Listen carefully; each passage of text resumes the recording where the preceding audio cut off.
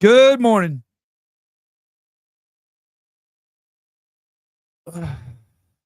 Dr. Seuss. Seven about to let everyone conference call while show starts up. Dude, that would be epic. Conference? Uh, um, I had trouble getting the overlay up this morning. I'm not sure what happened. I may have sent Greg the wrong link too. I tried to resend him the right link. StreamYard was having some sort of glitch this morning. Good to see everyone. I can't believe it's Wednesday. Moving fast. Monday morning, I fly out, head to Boston. Tuesday, we start filming behind the scenes. Good morning, Mr. Clark.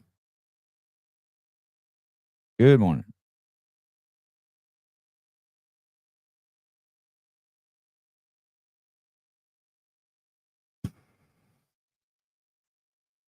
Last day to get the behind the scenes t-shirts before the games. Get on it. Oh, good point. Vindicate. VNDK8.com. The shirts are awesome. People who I didn't even know looked at Sevon podcast shirts have been texting me and telling me how cool the shirts are. Good job on the design, Travis. Clydesdale, I've been having trouble with links this week too. Yeah, some weird shit's going on. I don't know if they got a bug on StreamYard or I thought it was my internet. Morning, I couldn't find the overlay.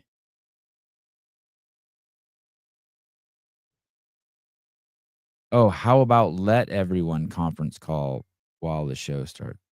I don't get it. Never mind. Greg Glassman should be coming on this morning.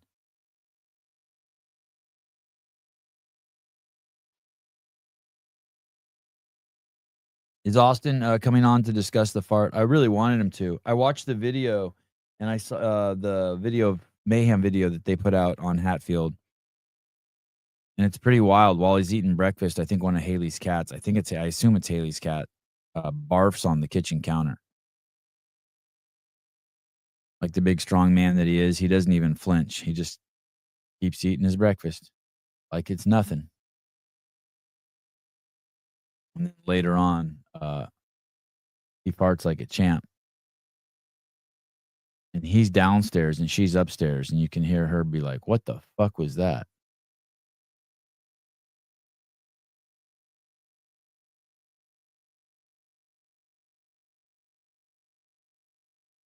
Which I respected.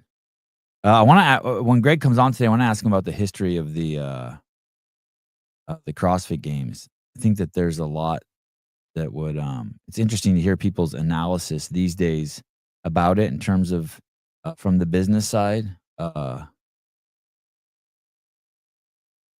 What they think it is or does or why it was created, and it's pretty funny to hear people's analysis. I think it'll be quite enlightening if we can get Greg to talk about the origins of the CrossFit Game.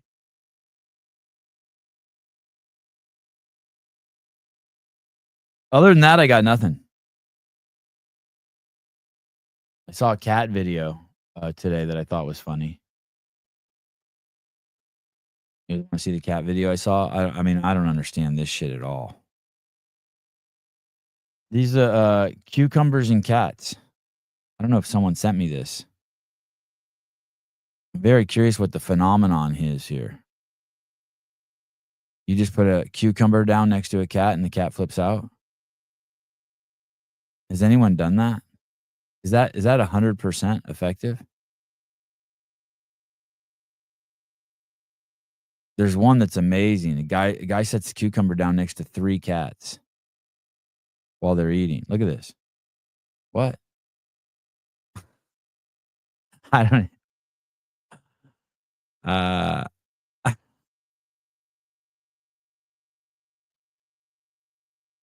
how does that even work? Good morning. Good morning. Hey, could we try this at your house? Yeah, I love that. I've done it. My cat's reaction was muted. Oh, really? Yeah. So that's not 100%? Not all of them, but you got something. One of them reacted clearly, jumped, and the other one kind of pounced on it a little. What's the deal? I don't I think I it don't. did snake. Oh. Oh. That guy just tiptoes out of there. You've It's seen this cool. video? Yeah, well, I don't know if it's that this one, but a lot of them. I mean, some cats just run right into a wall and shit. You know. It's just so crazy. I sent it to Jimmy, and he goes, "I'll be right back." I go, "What are you doing?" He's like, "I go to the store."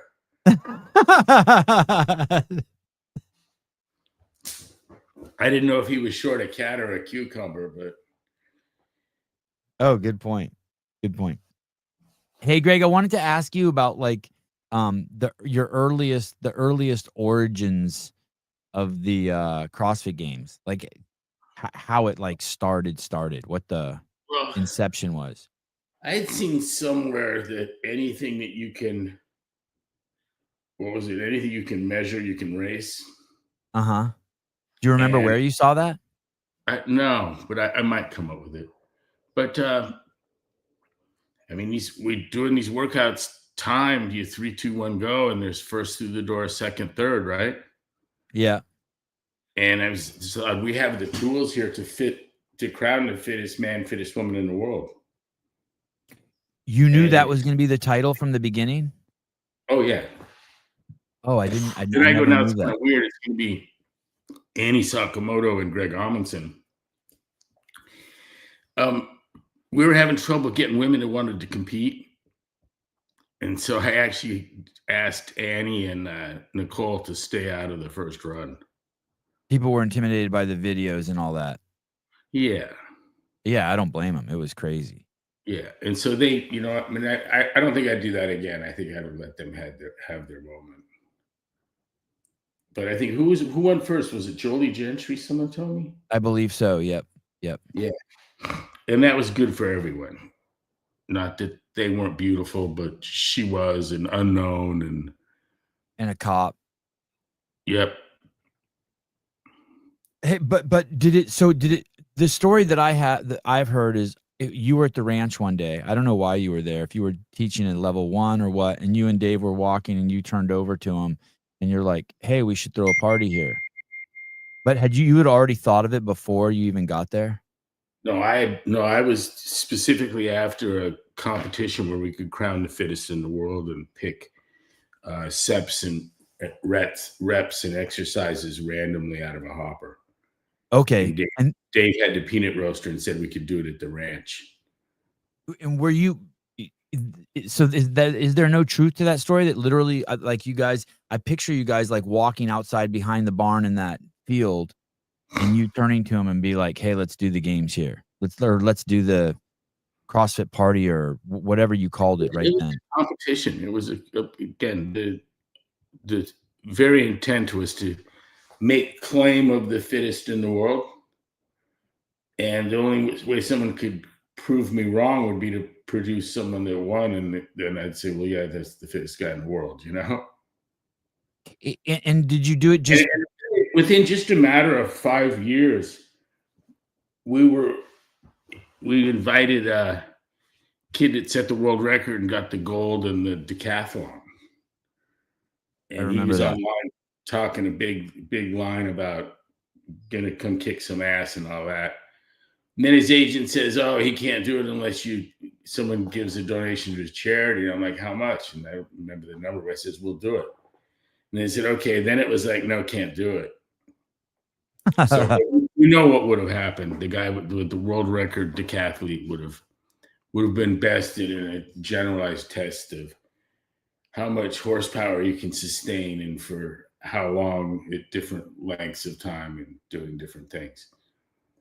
Did you That thing that know we call work capacity measured across broad time and modal domains. did you know from the first one or that there would be a second one? Yeah, I mean, it didn't know, but it's my buddy's mom's yard. I mean, what's to stop us? And whose idea was the hopper? Was that your idea? Hey, let's just pick at random. he told me that they had a thing we could use. And I said, what? And he says, there's a peanut roaster on a handle that turns a drum. And I go, that'd be perfect. So we put ping pong balls with rep and set configurations and exercises. And how many balls were in there? Do you remember? I don't remember. And who came up with what was on the balls? I did. You did. Yeah. And then so you just made a list and then handed it over to Dave and he wrote on the ping pong balls. No, I mean, I might have even written on the ping pong balls. I wonder if they're still in the roaster. I was wondering that myself. I just saw that thing the other day. I don't know why I've never gone over to that thing and opened it up. And how many people showed up the first year? Do you recall? Is that the one where we let Ripito talk? Yes, sir. That was the. You sure that was the first one? Yeah, that was 2007. He was. I think you had a total in the hopper and it got picked, and then Rip got really into the rules around the movements that were in the total, maybe specifically the back squat. No, he gave a whole course on powerlifting. Yeah. And it went from like 6 p.m. to 10 p.m. But by the time he was even where near done, he had lost half his audience, seemingly unaware. And they were outside shirtless doing pull-ups and drinking beer. And did him and Dave get into a confrontation there? That would overstate it, but I think that they came away from that point on not liking each other. Trish, some say he's still talking.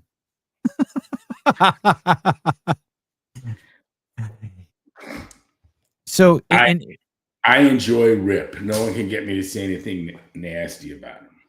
Yeah, he's fun. How many days was the competition?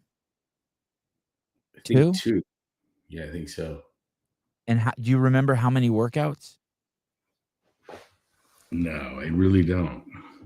And do you guys remember how you decided how many? Was that a discussion, or did you just lay down the law?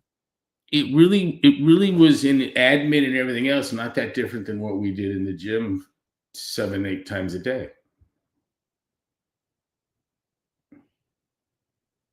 Right? Yeah. You go over the technique. And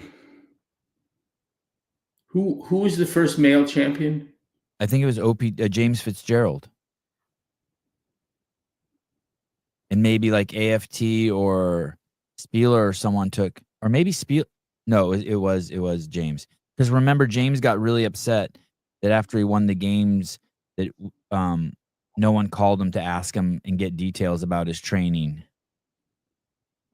so that it could be added to the intelligentsia of what is CrossFit. I think he was frustrated about that. He barely got back home before there were people better than he. Right. That's how. Yeah. Right. Yeah, and I knew that. I knew that we would make people fitter than Amundsen and Sakamoto. It's just that I knew that it was going to take something extraordinary to find them. You weren't going to do it inviting people over, you know? I mean, look at Mikko Salo. The fucking guy comes from Finland, right? Right. And Rich from Tennessee, you know? Right. These are people that showed up on the online workouts or in the open eventually. But I mean, they became known to us as Interest in the Effort internationalized. And was there a registration fee for the first one? I don't think so. It was just show up and sign up. Mm-hmm. And did you think of it as a marketing plan, or as a money grab, or as a or as a test of concept, or did you have any of those? I thought it likely that by our testing protocol, Greg Amundsen was the fittest man in the world, but with training, practice, and catching on to the concept and the standard, that is the work capacity across broad time and modal domains, that on absorbing our notion of fitness, others would manifest that could beat his numbers. But I could take him into any military base, and if we're kettlebell swinging, pulling up, and running laps, he's going to come in, you know, a nice standard deviation ahead of everyone. I had one of Dave's kids at SQT, the final phase of SEAL training. You know, there was a period where with Dave as Master Chief, every newly minted SEAL was also an L1 trainer. That went on for years. Wow. And the end story behind that's kind of amazing. But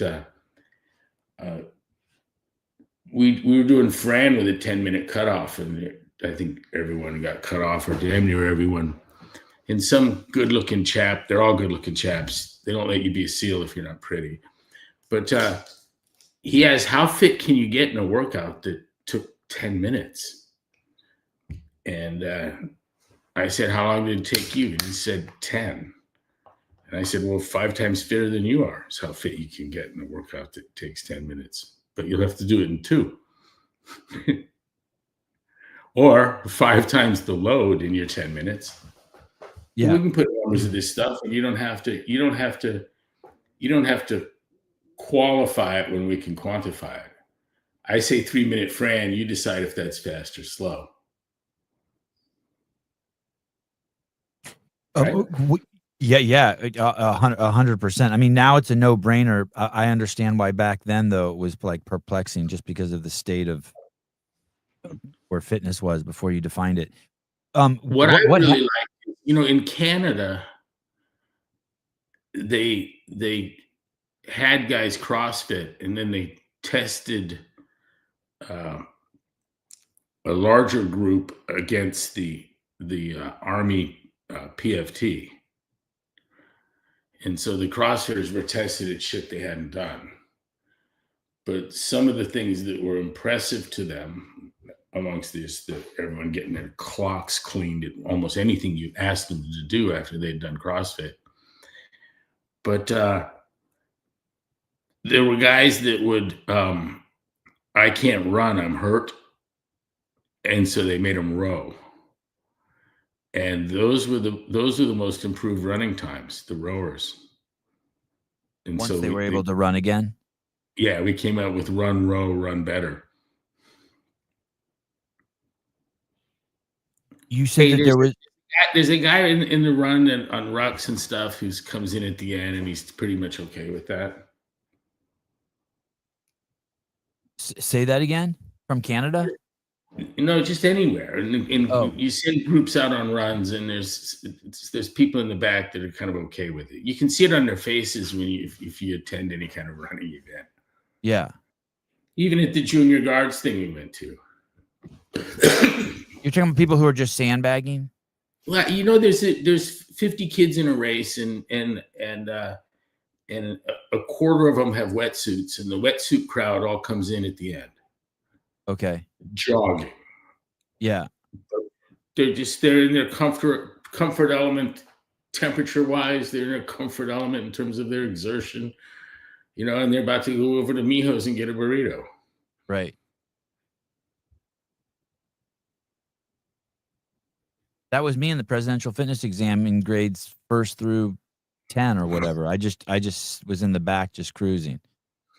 You know what I mean? I'd get timed out, or I would say I did 4 laps but only did 3. This is me on the standardized testing. They're like, hey, don't sweat it. This doesn't count for anything. Oh, okay. You said that the SEALs were all taking level 1, and that came to an end. Why did that eventually come to an end? Was that politics? Yeah. Two SEAL affiliates known to all got in a dispute that spilled over into a debate that goes on to this day.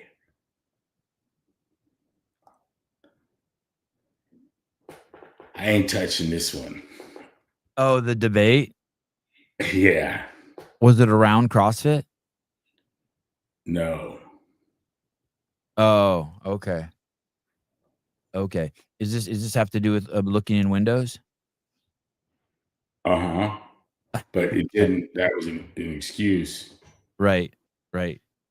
Yeah, It had it had to do with reprehensible behavior overseas and the and the uh, and the Navy-wide effort to conceal same. That's what it was about.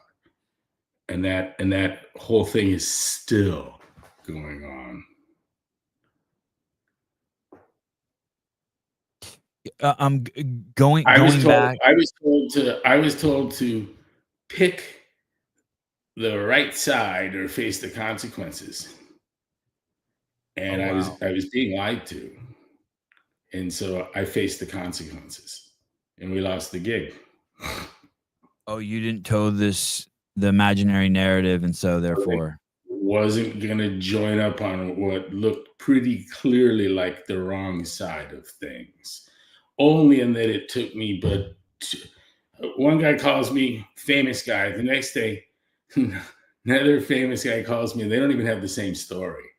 And I go, hey, listen, guys, I don't know what you're used to dealing with, but you sure the fuck needed the same story before you bothered to pick up the phone and talk to someone like me. And so then I went to the third party, the arch enemy, and he just fucking shot me clearly straight. And so I'm like, yeah, I can't. I'm not going to play this game. I'm not in the middle of this. and I'll be on the they took the government contract, yeah, yeah. We lost it. and you didn't give two shits. I really enjoyed that service. Yeah. It was neat to I got made a lot of friends. It's an outstanding group of human beings. Got to see the killer dolphins. It was cool. NSW was cool. Kind of paved the way for Josh getting in there and Stefan Roche. Mhm. I mean, CrossFit has had uh, an inordinate effect on the way Spec Ops SOCOM globally train. And also along those lines, Josh Everett, who is a great CrossFitter himself, who placed at the games, he ended up becoming the, I think, strength and conditioning coach for the SEALs, right? Yeah, yeah, he still is. I didn't know that. That's awesome. You know, Going back. we got Josh, Michael Rutherford, Stefan Roche, Josh Everett? yeah, Joe Westerlin Mm. were NC2A D1 strength and conditioning coaches that left to become affiliates. I didn't realize what that wave was really about until the NCAA joined in with Gatorade and ESPN to blame us for Kevin Olger's paralysis in the preview to our game show. My broadcast partner. I remember that. There were others too. There was a guy named Ricky. Oh, Yeah. NCCA was there. The accrediting people. Soda was there in all its glory. Anheuser-Busch participated in that, which was I still don't understand, but whatever. But the NCAA one was odd to me until I think someone pointed out to me that we had been harvesting generally, uh, widely from their talent pool for years. And it never crossed my mind. I could recite the history where these guys came from, but I didn't know that Ruttman leaving University of Kansas was like had anyone but her. Greg, the first time I went out and filmed with Rich, I also filmed with the head of strength and conditioning at Tennessee Tech. And he said he learned more in 2 years than he did at the level one, than getting his master's in kinesiology, his 6 years in college. When Philippe hired me to train him, Philippe Kahn, Mm-hmm. he found it. He let everyone know that he's one of the greatest computer minds in the world, right here in Mm-hmm. Santa Cruz. I am, and and he considered it inconceivable that I was the best trainer that he could get his hands on. So he started researching and dragging people around, and he was bringing them from all over the world. So I'd go in the garage one day, and there's some asshole sitting there. And what was funny is that I made friends and converts of all of them. And he would tell me, like, there's this kid, Scott Carpenter, who was the strength and conditioning coach for the Oracle BMW $1 billion spend to win, and they did America's Cup. And he was telling me, you should really meet this guy, that he's got all the state-of-the-art shit, and he's modern, and this is the best of the best. And so I meet him, and he come and he hangs out and does a few classes with us, meets the crew, becomes a CrossFitter, and like has this come to the light moment where he realizes that he didn't know shit. You know, he'd been doing it all wrong, right? Like everyone else. Yep. And he went to Philippe singing CrossFit's praises, and Philippe sent him back home. But he sent me pictures of CrossFit up on the walls in where was it, Barcelona, where they had their facility. And he told me that I can't put that on up on the website, or he'll lose his job. But thanks, it was pretty cool. But that resource, being a friend of Philippe's, a client for, you know, he was a client forever, and we've become friends.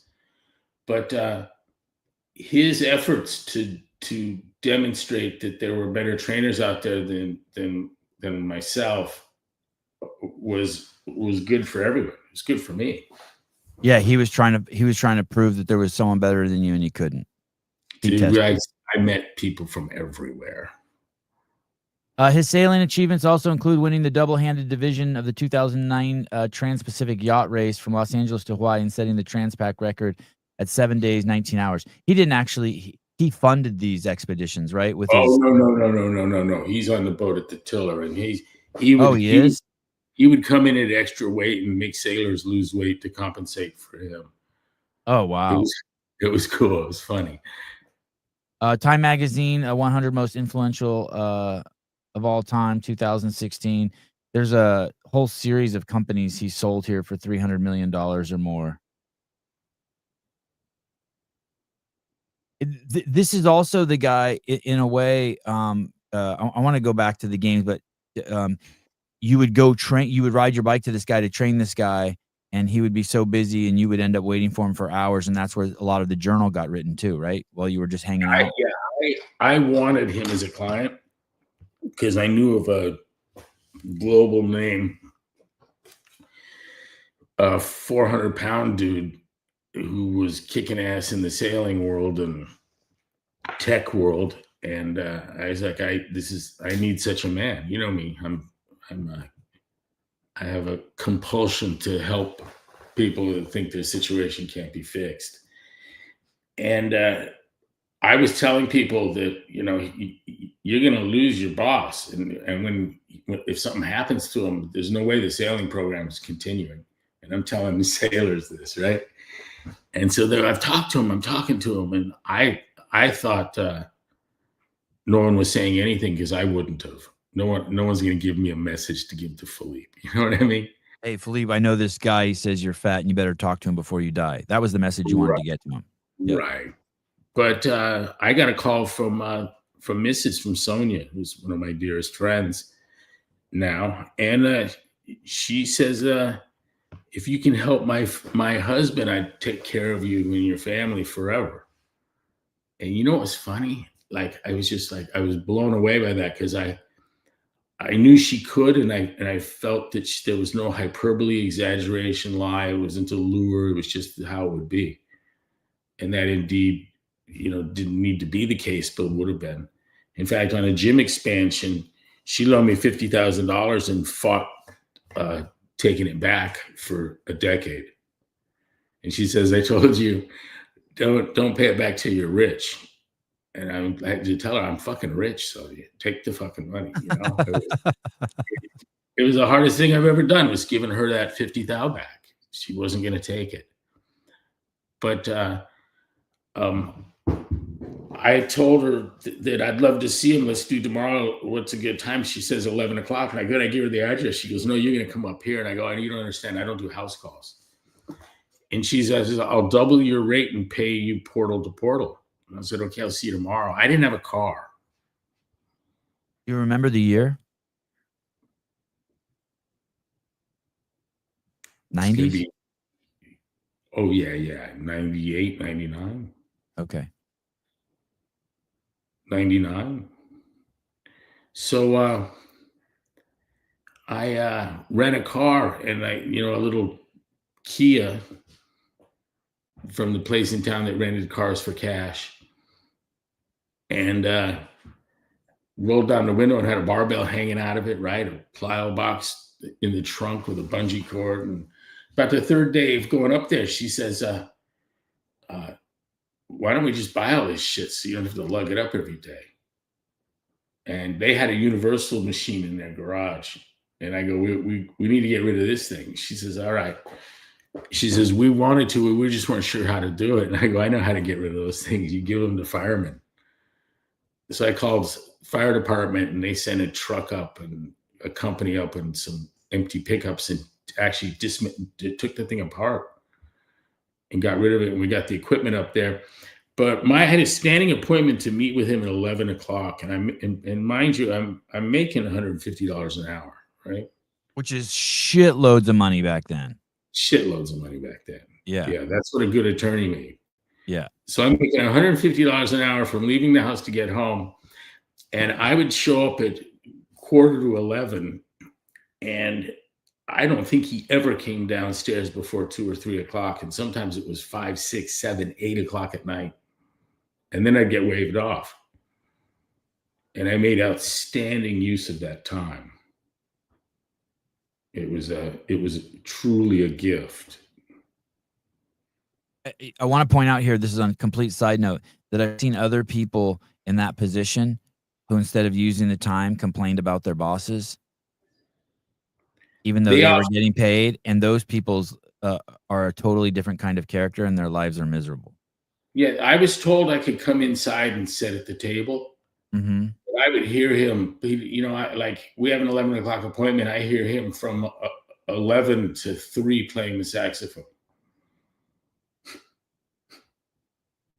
Was he avoiding working out? He calls his own schedule. He would say, "Hey, we're flying to Amsterdam." He had a jet that fly out of Watsonville. We're going to Amsterdam, and leaving at noon. And he'd show up at 5 o'clock, and everyone's sitting on the fucking bird. I don't know. Maybe they had my deal. Maybe your rates doubled. But at any rate, I made a desk out of cases of water bottles. Put a cushion on one of the cases for a seat, and formed a bridge and a desk. And shit, I think they bought me my first laptop. Wow. A PC? I'm assuming a PC, not an Apple. Yeah, I think so. And it had like Microsoft Word in it or something? Yeah, yes. I've had PCs and Apples, both, all of them. And I get when I have both, I don't even know why I'm doing different, but I can just work them. Yeah. It doesn't. There's no. I don't get hung up on the in between. You've always been. I like Androids. I'd go get that folding phone today if there was one close. You've always been technologically comfortable. You were never intimidated by technology. Not really. But nowadays, I don't really want to read the book, Right. I don't have the patience. Seth ED, I have a degree in exercise science, and I've learned more about the body and exercise just by doing CrossFit and reading the journal. I took the level 1 3 times just because. Thank you, Seth. Yeah, it's amazing. It's amazing how many people align with that. I used to read the journal all the time. I have one article saved on my phone. It's so good. Which one?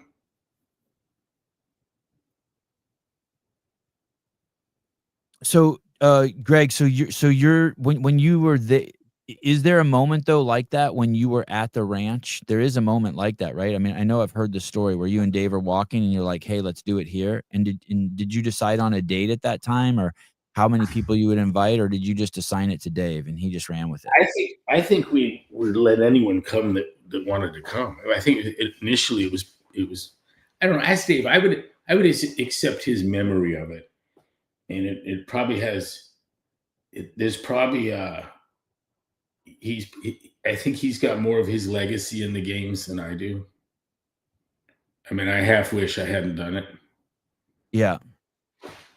But it wasn't it wasn't a so it sounds like hearing you, it was more of an I experiment didn't think it than was a going to sell shit, right, and I'm of the view that it hasn't, doesn't, won't, and can't. right, Now, look, here's my perspective. I understand the enormous amount of money around basketball, football, baseball, hockey, pick your thing, whatever. But the guys that own those teams, the families that own those teams, the LLCs that own those teams have so much fucking money and it has nothing to do with sport. right. The origins of their money. That's right. And so if you tell me I'm going to go into baseball to get rich, whether you're talking as a player or an owner, I'm chuckling. That doesn't mean it's not going to happen. It's just that that's a hard way to get not really rich. I wonder what the vocation is, the origins of most of the money that's in professional sports. I wonder if it's tech people who come from tech who end up buying the team as a boyhood dream type shit. I've got to tell you, I've in recent years, we've become overly excited customers of MidFirst Bank. It's a bank no one's heard of, but it's the nation's largest single branch. It's the largest private bank in the country, and it's owned by miners. That's the name of the family? No, families. Okay. Oh, miners like coal miners. Like pull shit out of the ground, or Okay. Okay. I met a miner in Arizona at the Jack in the Box there in Prescott near the house, and he's explaining to me. I go, "What do you mine?" And he goes, "Well," and he starts telling me that 20 years ago was this, then it's 17 years this, then 14, and depending on the price of the metals, the ore is taken for different things. So it could be copper, it could be molybdenum, mixtures. Pretty interesting. But those guys are really fucking smart. And people that extract riches from the ground, those entities, and people, they get unfathomably rich, and you never hear the names. Guys, they pay more in taxes than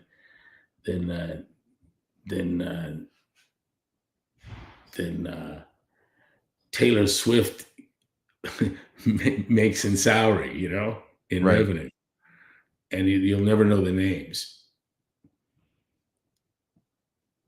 When I interviewed you in both 2008 and 2009, you referred to it as the test of fitness, and the CrossFit Games were the proving ground.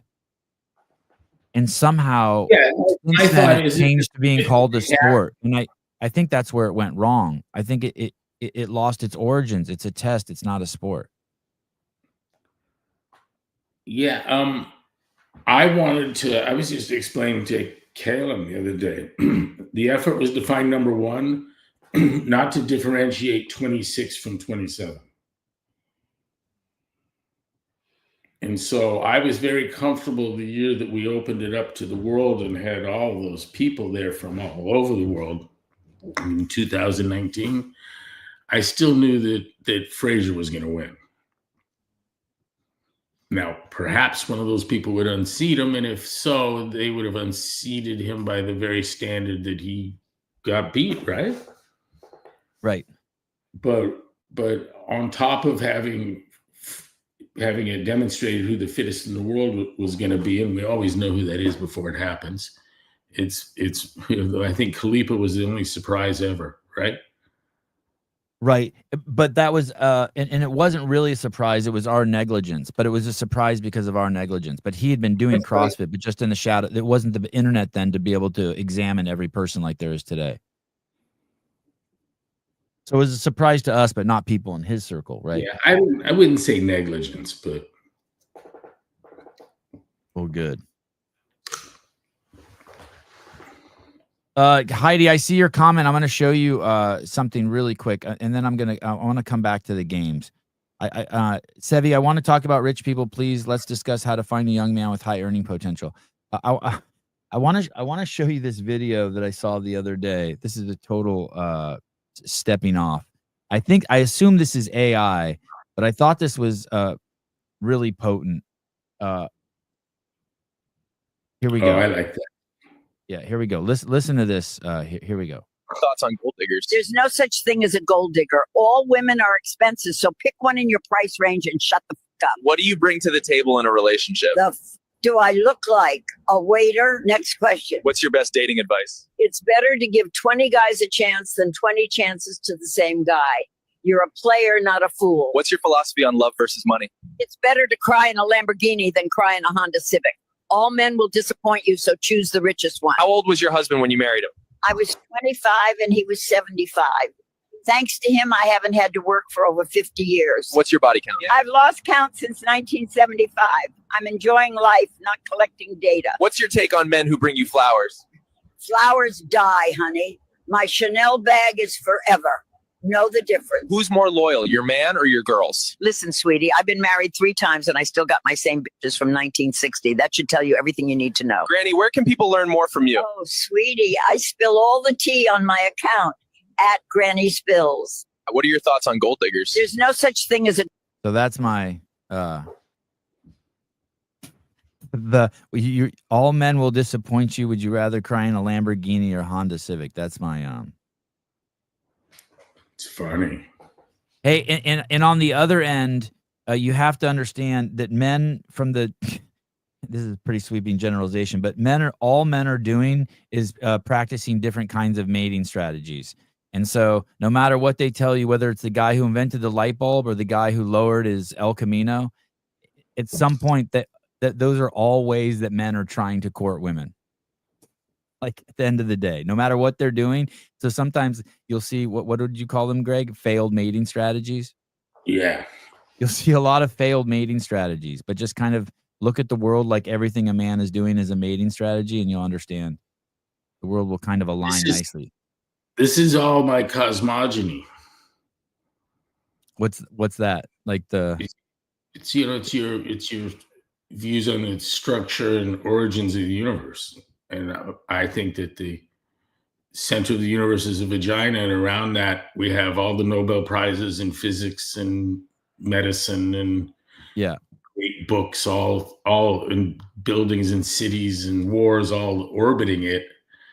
And the motive force for the circulation is money. Hey, I felt that when I was 5 years old. Me too. I didn't like that. That's evil inception. No, Rambler, the premise is that you love everyone equally. It's all God's children. That you start there, and then the rest all just falls into place. I don't get the evil part. He's bringing something to it, like it's a superficial way of living. I think I'm projecting onto him, but I'm thinking he thinks that it's some sort of superficial way of living. Dude, I wish what I'm describing. What she did, yeah, or what she described. Yeah. That somehow money is evil. You know what money is, and I don't know if anyone else that can articulate this, but it's human potential energy. Yeah. When you told me that, yeah. Human potential energy, and you can do good with it or evil with it. Think about that, guys. Money is human potential energy. You pay someone $60, they mow your lawn. I saw a guy the other day that has a nonprofit he started, and he goes and talks to the homeless, and he will give you no strings attached airfare to get back to where you have loved ones, people that care about you. people on the street. Have you seen that? No, but I've seen you do that. I've been in at least I can remember 3 Uber rides I've been in where you offered to the guy said he was from a foreign country, you offered to pay for his ticket back to visit his family. He's like, I haven't seen my family in 10 years. You're like, here's my email. I'll fly you back to fucking Yugoslavia or wherever the fuck. I don't even know if that's a country. Yeah, maybe that's why I found it so attractive. But I like the idea. It's a kind thing. Yeah. And it could be that waking up from under the garbage can and going back to your family in Nebraska might be the turning point in your life, right? Yep. Potential energy when used for influence and favor. No, that's all it is. It's just potential energy. You put a quarter in the gumball machine and you're trading that for someone else's human energy. The people who made the gumballs, the people who brought the machine there, the people who take the money out. I don't think there's any other way to look at money.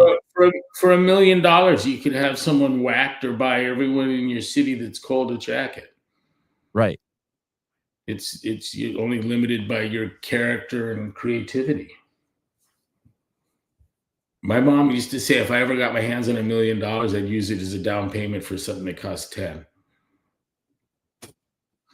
Money is a socially agreed tool to demonstrate our perceived value of time. Yep. Bingo. And you could do other shit with it. Like you could get a big pile of it and burn it and cook a steak on it. I don't recommend that. I mean, I think you're better off paying someone confused about the type of potential energy. Right. When the first games happened, were you happy with them, Greg? Do you remember having like any opinions about it? OPT, Jolie Gentry, the Hopper, and then specifically, how did you guys switch off of the Hopper model to programming them?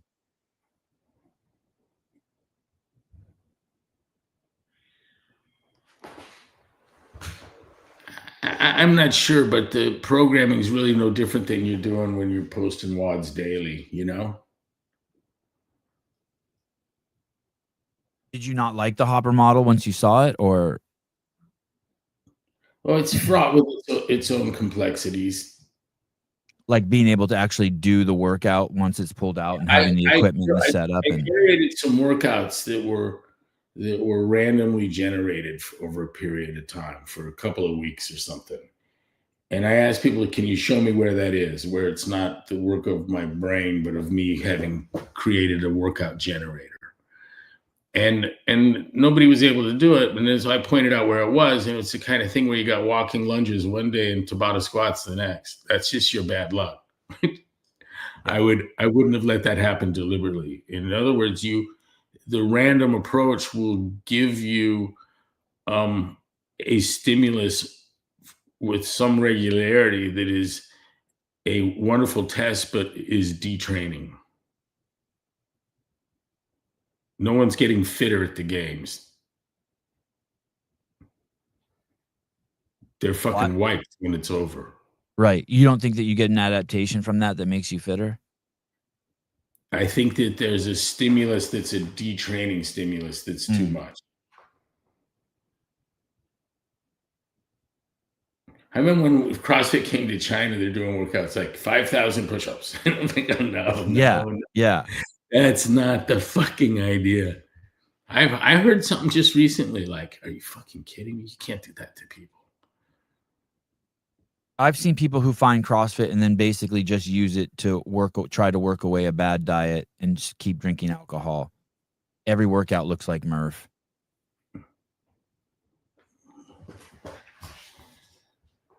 I got sent a picture of a CrossFit in Hawaii, and they had a beer Helen, and the buy-in was 3 beers, and in each round you had to drink one, and think what you want about it, but at the end, what I saw was 130 people with big smiles on their faces and their arms around each other. And this isn't F45 where you get a sense of community; it's a fucking community. Right. Thank you for pointing that out. By the way, it was great. People like F45, the sense of community. And Sammy goes, yeah, they have a sense of community because it's not really a community. Greg and I went to lunch. Go ahead. No one's getting a sense of community at their CrossFit gym. Those are their fucking friends. We Greg and I were walking through a strip mall the other day doing our favorite thing, going into an Ace Hardware and looking at flashlights and scissors and leaf blowers, and there was the F45 there, and they had that written on the window, get a sense of community, and we started laughing.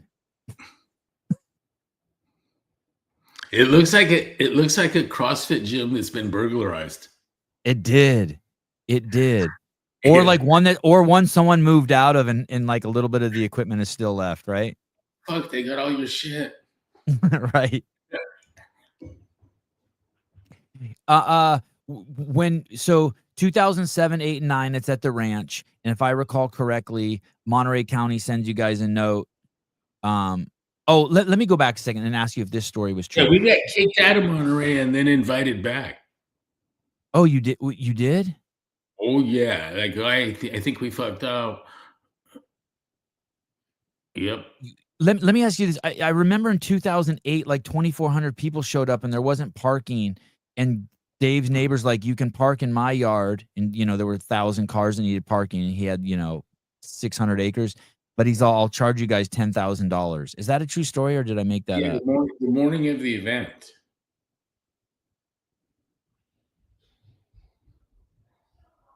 And does Dave call you and is like, hey boss, can we spend $10,000 for a parking lot? No, I don't think we didn't pay him. Oh, you didn't? No.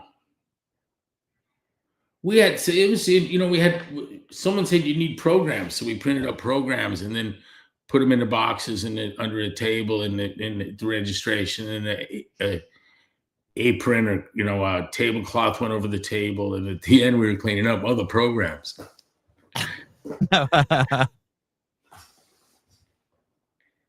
Tom brought the prize money. It was nothing, but brought it, and then the athletes had to tell us the amount wasn't right in the envelope. Remember that? No, but that's awesome. Oh, fuck. And it's funny. You normally would think like he's taking money out of the envelopes, but no, both fucking it up and his honesty. He was clearly like, if you told me someone miscounted money in envelopes and how do I go, it's going to be my fucking bookkeeping friend for sure. And you had always kind of referred to it as the Woodstock of fitness, and you didn't want it to go to a stadium, but then we ended up in Carson in 2010. Was that because it had to be last minute decision, or how did that happen? Because Dave and Berg's sense of sport. You mean Tony? I don't think Berg was around then. Tony? Yeah. Well, anyways, it was ball sport driven. And so Stadia was the thing. And so when I got over to Wadapalooza, I thought that was much more in keeping with what I'd hoped initially. Sprawled out over a park by the water. Yeah, sure. People sitting on lawns. My hotel balcony. Yeah.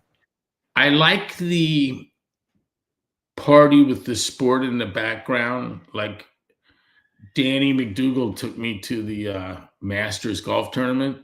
Mm-hmm. And I saw on the way to the tournament in these antebellum monster homes, 50 parties, each of which would have been 100 times more fun than looking at people's shoulder blades, knowing that there's a Tiger Woods is only between you and 100 other people. I got nothing out of that sporting event, but I get nothing out of sporting events. I remember from the early days, you didn't so much watch the event as talk to the affiliates. Even I remember that in 2008, 2009. A douchebag to sit there in my box and watch like it's the most exciting thing I've ever seen. Why there's people that have traveled from all over the world here that want to say hi.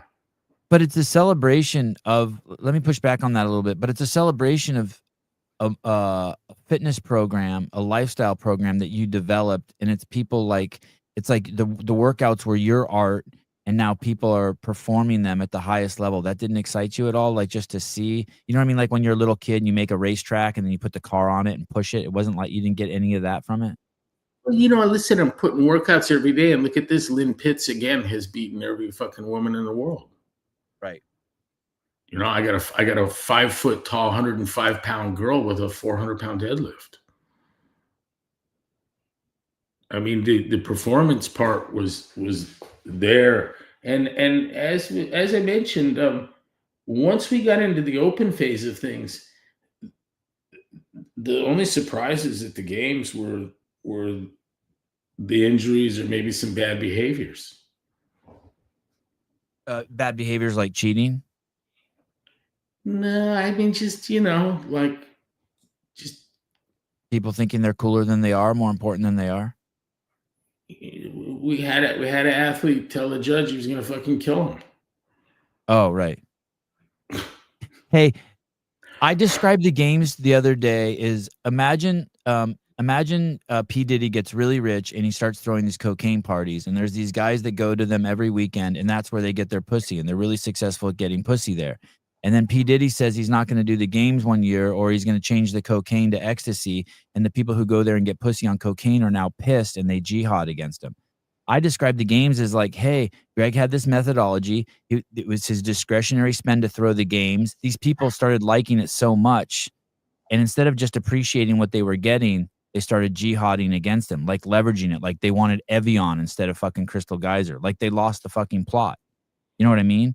That it was never like this money making thing for you. It was your version of a Diddy party, because you were into a lifestyle methodology and the cure for the world's most vexing problem, and you're obviously a very social creature, and so there's kind of like a parallel there. There's an absurdity that now that the participants are jihading, the people who are leveraging it, like the parasites of it, who are leveraging it for their financial success, are now upset because it's not going the way they want. You know what I mean? Like they're complaining about the programming and shit.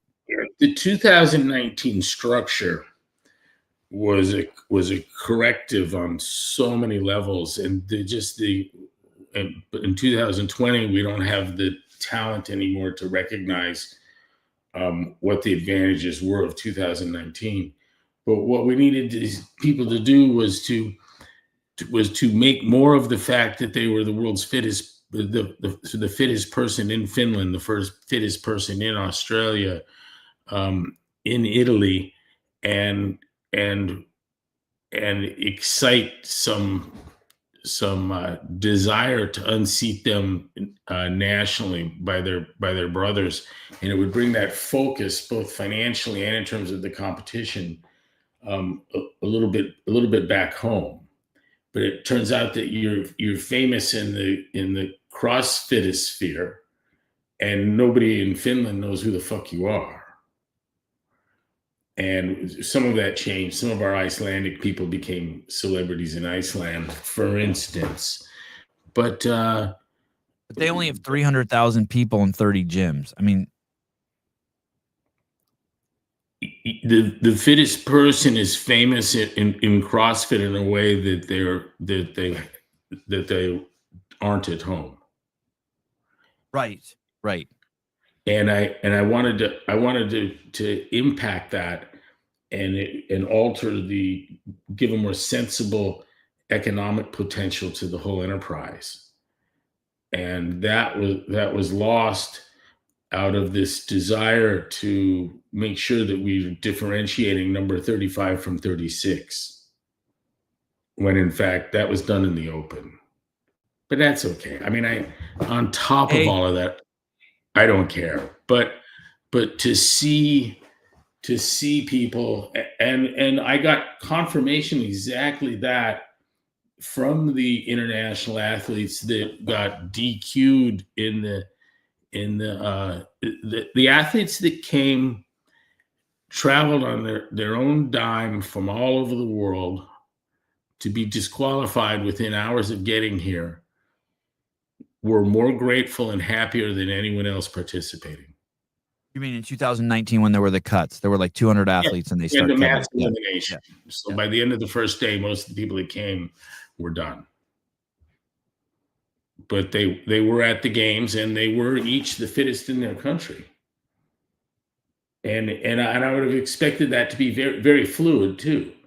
The fittest guy in Senegal or whatever is, after claiming it, probably won't be. One of the guys from one of the African countries was a famous footballer, very famous in his country for football. Opened an affiliate, and he's it's a new affiliate, and so he's the fittest guy there.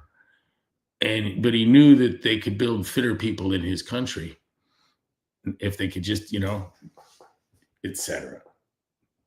When you created the Open, it was, I think, 99% frustration from all the employees at CrossFit, and they said it was going to kill the community because we weren't going to have the sectionals anymore. Within 2 years of creating the Open, everyone's like, holy shit, that was fucking genius. That was brilliant. And I think the same thing happened in 2019. I think the truth of the fact is if we were now 2025, if we would have preserved that model going forward with the games would be 1,000 times better off.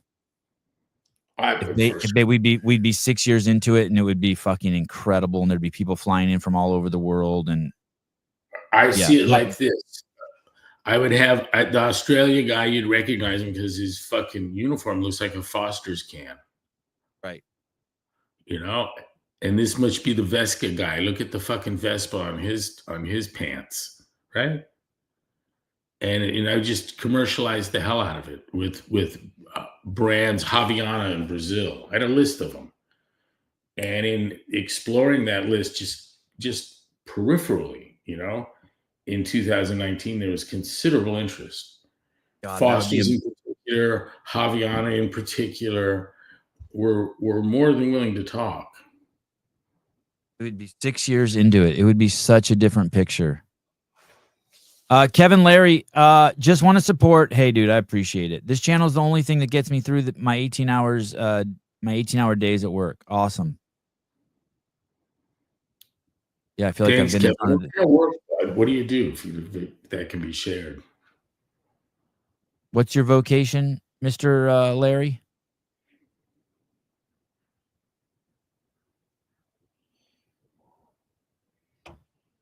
The fittest from Ecuador and I became good friends after he was cut in 2019. He was nothing but thankful and happy to be there. Oh, for sure.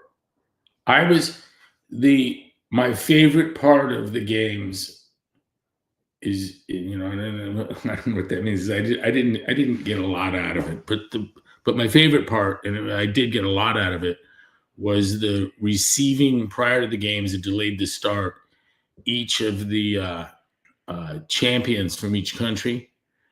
And Reebok didn't put the name of the country on the fucking jersey. Said to look at the flag and try and get a clue, and it was, I had to ask, sorry, where are you from? But that and the reception we had for them the following evening was that felt more like community. There was more love and appreciation. None of them there came needing to win to see value in the effort, which is pretty cool. When the games moved to Carson, I part of me was like expecting you to be prideful and be like, oh, this is so cool, I created this. I never saw you be prideful or ever get to feel like you enjoyed it. Did you not? I don't mean the event per se, but you never hung your hat on the fact of like, oh, like, I have kids, I'm a good father, I created the CrossFit Games. It never seemed to be anything you gave two shits about putting on your resume, whereas I think I would have been proud of that effort. Am I mischaracterizing you? Yeah, but I mean, I got a funky problem. Did I enjoy the Super Bowl? No. Okay, so I don't want to create. Do I want to create something I wouldn't enjoy? Right. Okay. Hey, I don't want to go to a dinner and, oh, look, you're sitting between him and her. Yeah. My little name tag. Yeah. And I don't want a little ticket where I'm in loge purple section, row 13, seat 648. And you had also had the opportunity along those lines, now that I think it kind of fits with that motif, you had the opportunity to meet a lot of famous people and high-powered people because of your position, and you never seemed to take advantage of that too, you just stayed working. Would you say that that's fair? I mean, not to say you didn't meet a lot of high-powered people, but if they didn't you were more interested in meeting, the head of some physics department at a college than meeting with George Clooney. You remember the dude from True Blood and Sophie Vergara? They almost got kicked out of my booth for not being nice to Nice. people. Yeah, that was in, Del Mar. Yeah, yeah, yeah. Sofia Vergara, the girl with the big boobs and the guy who looks like a vampire. Yeah, he was, I think, or a wolf or something. Yeah, he was cool looking. Nice people. We got it all ironed out, but you don't come into my booth as a guest and a celebrity and then be rude to people, you know? And it turned out they were gracious. They were both wonderful, but you know, it was funny. Do you think that there would, if let's say you were to get the helm again, let's say you bought CrossFit back for $1 and you were to get the helm, what would you do to the games? Like I heard, I think it was Dave saying the other day that he wouldn't let it be bigger than the own revenue it generates. So if it only made $6 million a year, everything would have to be cut back and take it back to ground zero. That Like would be basically, smart.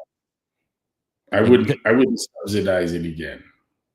you wouldn't subsidize it. You let it just, No, if it can't. you can. We had enough money that we can put people into their very own special universe where they're a fucking rock star. Mm-hmm. And it's really not good for anyone. Yeah, and that's my metaphor of the P. Diddy parties. He had the money to put people a day as their own rock star. And they people become entitled to that. It's nuts. If you pick someone at random and sent them a gift of considerable value at the first of every month anonymously, and then eventually attach any name, personality, or what to that, tell them it's from Sharon Osbourne, and she doesn't want to talk to you. And it just keeps coming. 2-3 years into that, you stop suddenly. The guy's going to hate Sharon Osbourne. People will go from the beneficiaries of generous outpouring, and with enough time, they can the gratitude, I think, diminishes. And you give it enough time, and they'll have a narrative as to how they're earning it and deserve it. And when it stops, you're a piece of shit. Right. It's a funny thing. Right. It's a funny thing. Yeah, I would do the open, and then bring 5 people out and do a workout.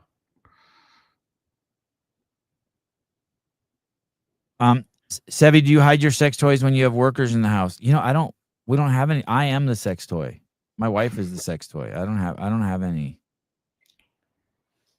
We saw the cucumber video at the beginning. Yeah. I keep them in the fridge. What are you talking about? Yeah. Well, it's do you think it ever goes away? Do you think that there's a world, like if you see a worst case scenario, do you ever see CrossFit or the games going away? Do you ever see the company somehow, like what's a worst case scenario you see?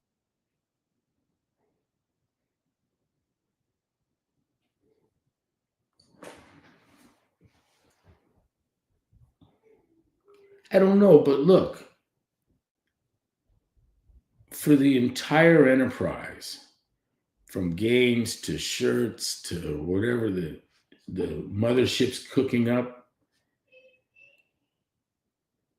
all of the value, the worth, the part that's interesting is whatever's going on in the affiliates right now and the people that are in there. And that doesn't require the CrossFit name nor HQ. And so the cat's out of the bag. the miracle that is CrossFit lives entirely within the affiliate gyms. And I can't, no one can show me what it is that the HQ is contributing. I struggled with relevancy.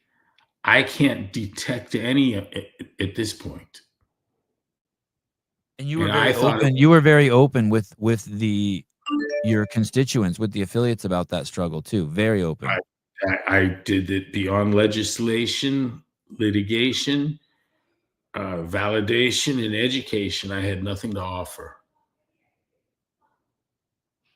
And those things are currently absent. And so maybe it's all been run by a standard I don't even understand. I don't pretend to. And I think you believe me too on the where I share that I don't really care also.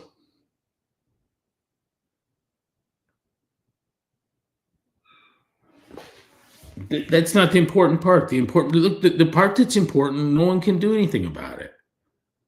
Right. There's people around me right now in the gym. They've unlocked the door. They've been there since 5 a.m. They're sweating, laughing, loving, talking about meals and nutrition, and it's all good. And there's not a lot that can be done to make it better or more important. Most of what you do is just fuck it up. In those 5 years of 2000, that I like. Those people I Yeah. love, and I never tire of hearing from them. And I get text messages from them all day long. I got 500 birthday wishes yesterday from affiliates. Oh yeah, that's crazy. Happy birthday. It's cool. It's cool. Thank you. I was kind of feeling sorry for you for your phone yesterday. What do you mean?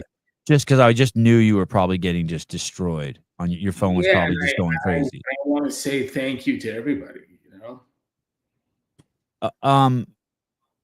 Did you enjoy? So in the final 5 years, you basically stood up in front of the crowd and was like, "All right, cat's out of the bag. You guys are paying a brand loyalty payment now.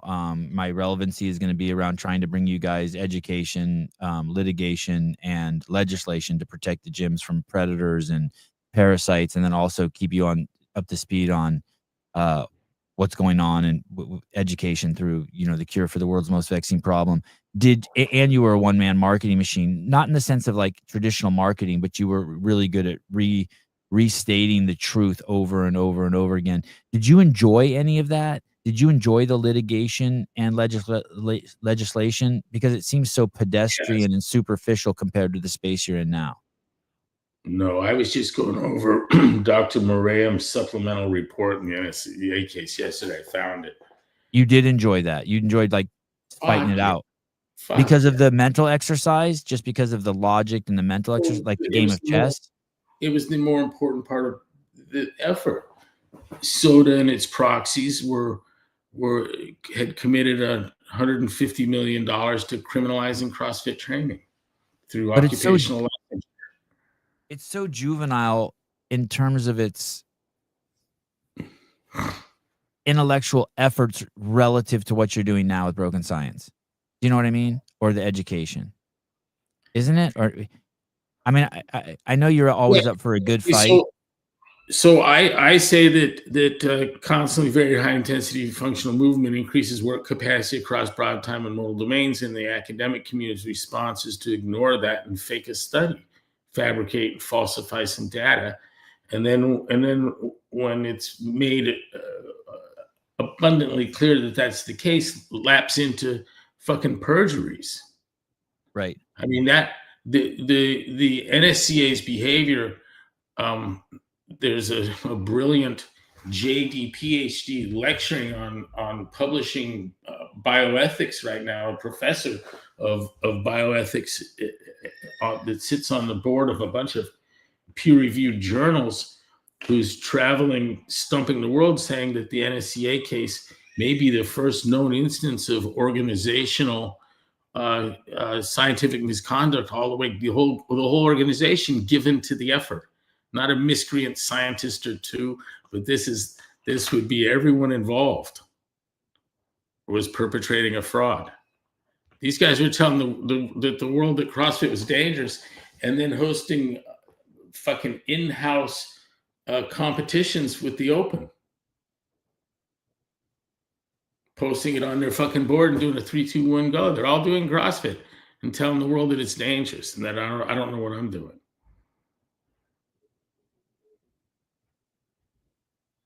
It's trippy.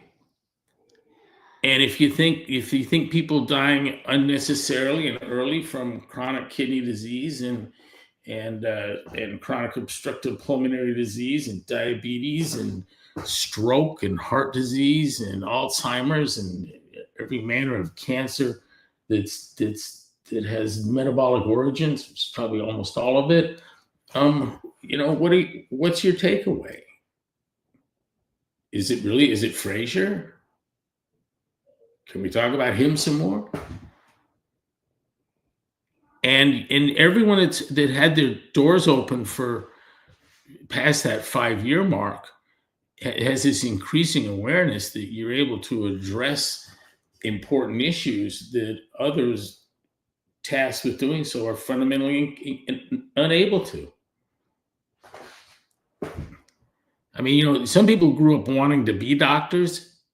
Some affiliates realized they could affect more health than a doctor.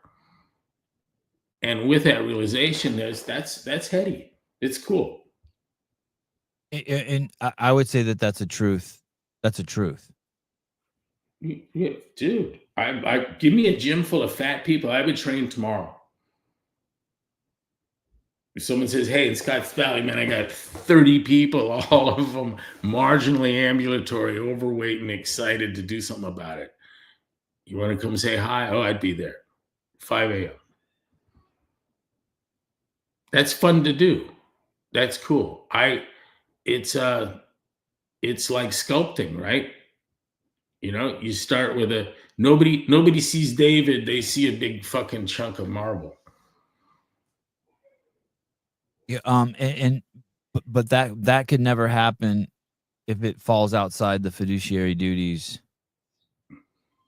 of a company anymore without a sole owner at the helm. Is that correct? I think at the point that management and has fiduciary obligation to shareholders, we have trouble putting a value on the intrinsic joy of seeing a room full of fat people discover themselves, the real themselves.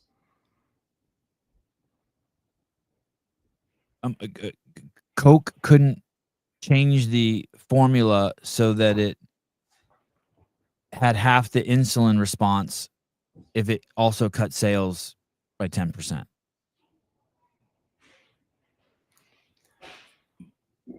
When I buy Coke stock, Yeah. I'm not trying to create health. Right. I'm looking for wealth. Right. And anything they can do that's legal, they have an obligation to do for me because I bought their stock. Right. I understand that world and I wouldn't change it. Right. Philippe told me about Volvos. It's not bad. It's not bad. It just is. Well, I think maybe even it's a good thing. Yeah. Hey, when Zuckerberg says, I don't want to try and figure out what's true or not. We can't do that. You know why? Because they can't do that.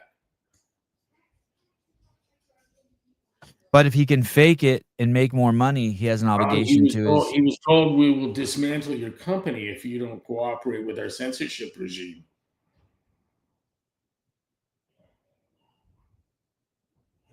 Give him a pass on that? You give him a pass on that? Do I? Yeah. Yes. Yeah, I do. Yeah. Why you didn't give up your government? You gave up your huge government contract with the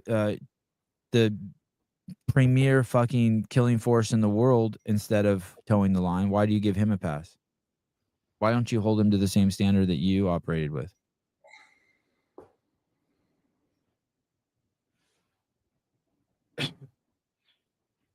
Is it out of forgiveness or empathy or?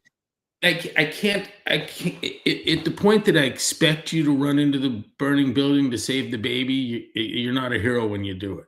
You know what I mean? Okay. It's just some things you do because, like, that's who you are. You're gonna do it, but I don't. I understand that not everyone wants to be that way. Hey, I'm telling people on this Metfix thing, you're not gonna get rich. You might get shot, but you're not. No one's gonna get rich exposing sugar as a carcinogen.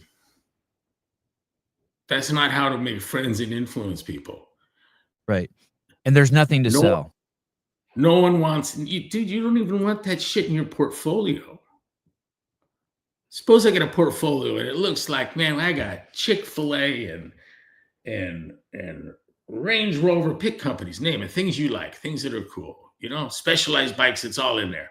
Apple. And now in the portfolio, we're going to add the crew that's warning that sugar is causing the bulk of disease and is an essential contributor to runaway cancer rates. Everyone else in the party doesn't want to be there. Right. It's like hanging out with P. Diddy. Big food, big pharma, they're all like, fuck you. That's the core of our business. Yes. The ripple there is huge. Hey, how about Trump going to the cane sugar from the high fructose corn syrup? I suspected that the Maha thing would be in the end zero, that there was just too much inertia. All that's wrong is wrong on purpose to the extent of trillions of dollars. Mm-hmm. But I didn't expect it to be as bad or funny as that. You don't see that as a step in the right direction. It's fucking nothing.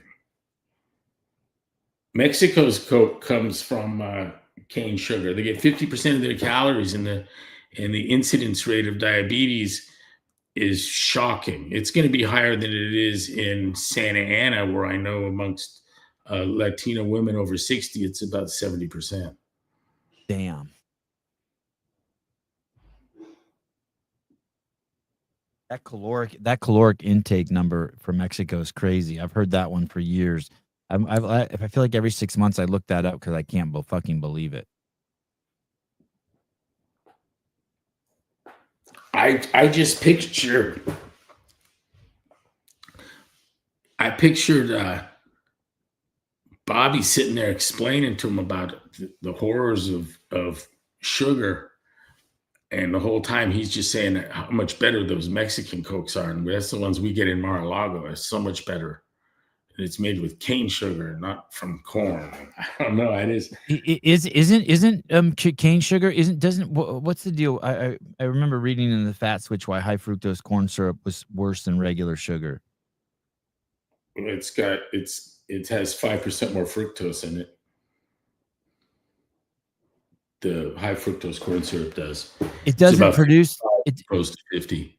It doesn't do something different when it's stored as fat or something. It doesn't make like that hard fat or something like that. There wasn't something like that, some mechanism like that. Claim that to be all bullshit. Okay, all right. And Coke's not going to care either. They're like, "Thank you for the call, Mr. President. We'll get started on that right away." Right. It's almost they'll flip it into an endorsement for drinking sugar. New healthier Coke. Trump can check off he's done something about sugar now. Check that box. It's about as meaningful as Trump and Michelle fighting over chocolate milk in schools. Yeah. They threw some nutrition guidelines on the schools at the federal level, and then Michelle went over with the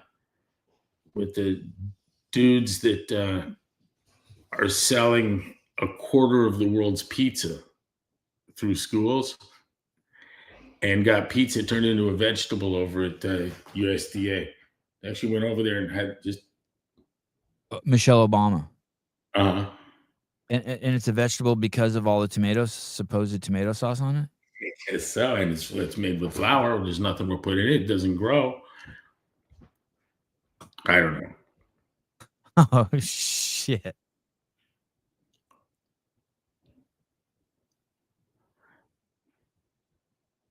It's less weird than cooking up the Russian collusion story and then prosecuting it. What do you think's gonna happen there? You think they're gonna grab Obama?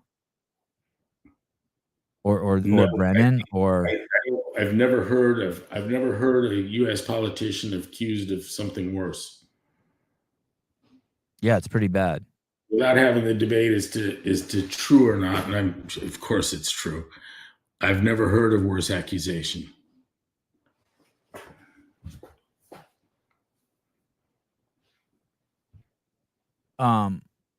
See if I coup d'etat. Oh, that has to be using the coup d'etat is typically an illegal or overt attempt by a military organization or other government elites to unseat an incumbent leadership. Having Lying to a FISA judge is highly illegal, and it was done for gain, and that gains political power. I don't know how it's different than tapping into a bank and emptying an account, and it has greater ramifications for all of us. The president of the United States, on the way out the door, set up a ruse by which the incoming guy was going to be charged with a crime and impeached. And the media went along with it, and it fucking almost worked. and a bunch of his friends got destroyed. Destroyed.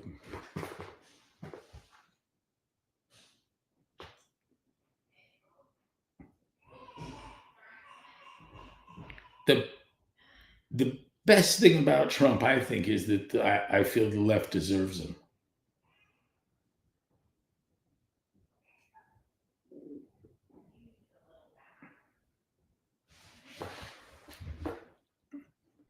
The Mondant. That he makes them uncomfortable is where I see his good. Yeah. The Mondani shit is crazy too.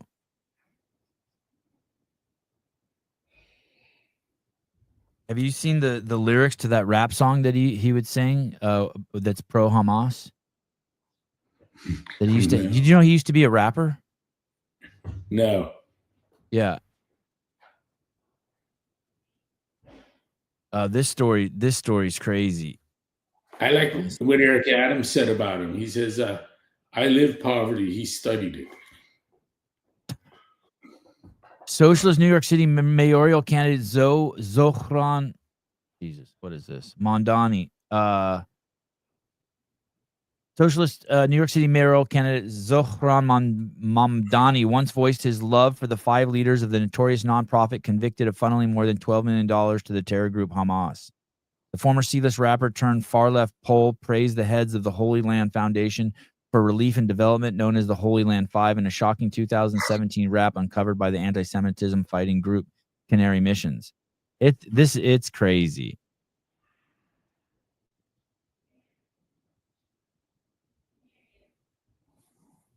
They're acting like he's going to get elected, like it's a done deal. Is it a done? Is the problem that big? Does a Republican have no chance in New York City? I don't understand New York well enough to have an opinion on that. But I tell you what, I mean, the whole world will judge New York by this. I mean, I like my first poor Allison Bishop. Because she loves the city. Loves it. But in no sense will this be anything other than horrific. And so maybe the world needs to see that. Like the examples of Portland and Chicago weren't enough for you, right? In LA. Right. Seattle. Yeah, let's double down. Maybe the problem is not that you turn the stereo up too loud. Maybe that if you turn it up even louder, it'll get quiet.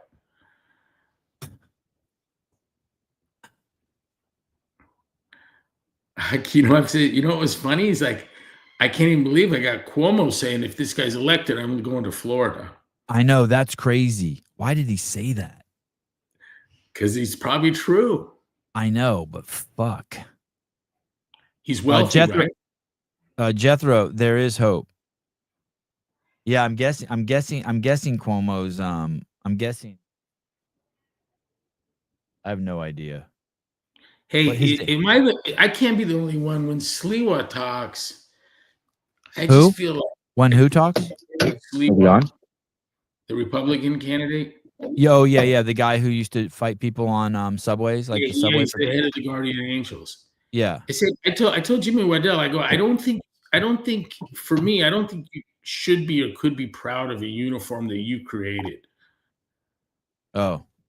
The top guy in the military and in the organization you built. I think he looks silly with that fucking hat on. I remember them being featured in 60 Minutes when I was a kid. Caller, hi. Jethro, good morning. Hey. So good morning, guys. Good morning. Hey, Greg. Hey, buddy. How are you? Good, buddy. So the tides have been turning a little bit in the New York mayoral race. The polls have been showing that as Mamdani continues, it's getting tighter. He doesn't have as big a lead as he did. It's actually Mayor Adams is getting worse. Mamdani, Sliwa, and Cuomo are in what you would call a dead heat statistically, which is good news. And I thought as well that there was no way that a Republican had a chance. But like you said, Sliwa, he looks a little weird with the beret, but that's his shtick. He created the Guardian Angels. He's going to stick with that. And yeah. You know what it does? And Jethro, person who is. Hey, there are guys like Gavin Newsom. All he has is the cool factor. AOC. If they weren't pretty, you'd have never heard their names, right? It's not their positions. Correct. It's that they look good. And Curtis makes himself look bad with the silly hat. And yes, he does. But he was just on a show, and he makes complete sense when he talks. He does. But, people. He does. Hey, you know what? I'd love New York enough. If I were any one of the three left, I would let's just do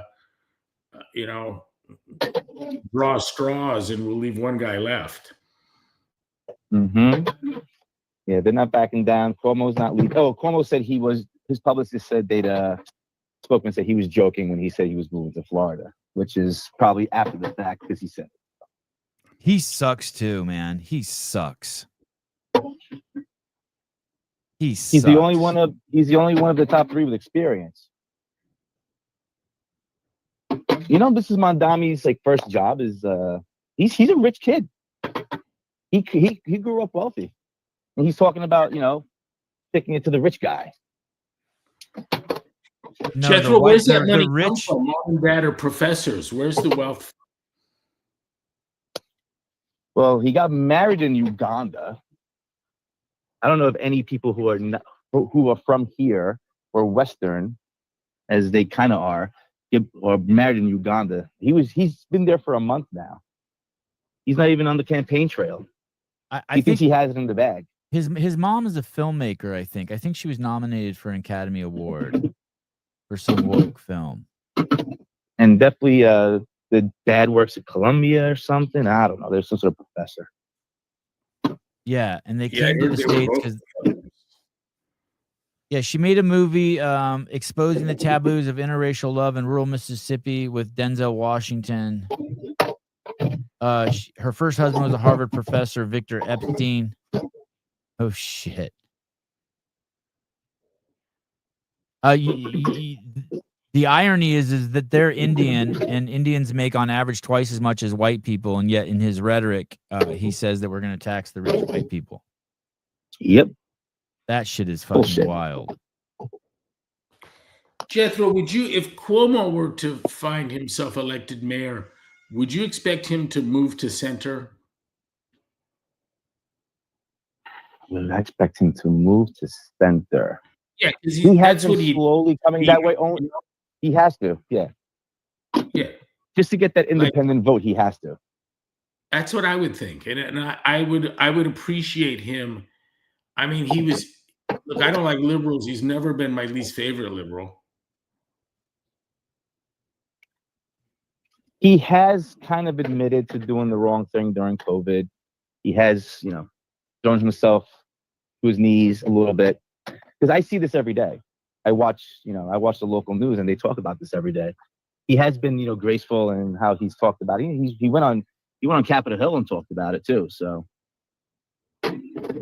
we'll see. But this guy's not even in the United States, Mandami. He's freaking traveling. He's on his second honeymoon. I feel like re-electing Cuomo is like electing Marion Barry for DC mayor after he got arrested for smoking crack. And don't get me wrong, I think he's better than Mondani, but he is bad. Yeah, either way, we're not going to be still doing well. Of course, thank God I'm not even close to New York City. But why isn't the mood of New York to get a Giuliani type back in? Shouldn't the mood of the city be ready for someone to fucking put the smack down? It's gone the line of D and R. Just like my mom. My mom has a son who's a cop. She sees what's going on. She would never vote Republican, ever. Even though she sees them jihading on cops. Yes, it doesn't matter. It doesn't matter. You have to remember, if you look at this New York State, Albany is very Democratic, just due to the fact that it's the capital of New York. But the rest of the state, other than the 5 boroughs, all Republican. It's all red. It's just a concentration, kind of like Los Angeles. Albany's kind of like Boston. Albany's like a little Baltimore. Albany's not the best neighborhood. No, I'm telling you. It's basically Baltimore. It's low rent. It's low rent. Timu, Baltimore. Timu, Baltimore. That's a good one.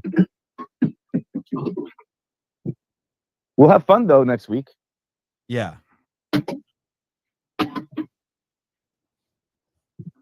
Jethro, what are you doing right now? You Heidi's is from the sounds. She thinks you're fixing your floor scrubber at your affiliate.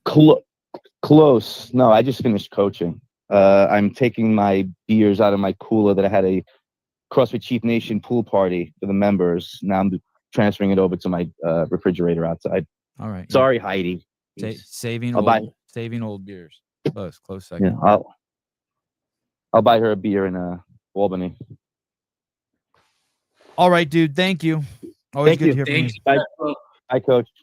All the best. Thanks, kid. Have you started packing? Yeah. I think I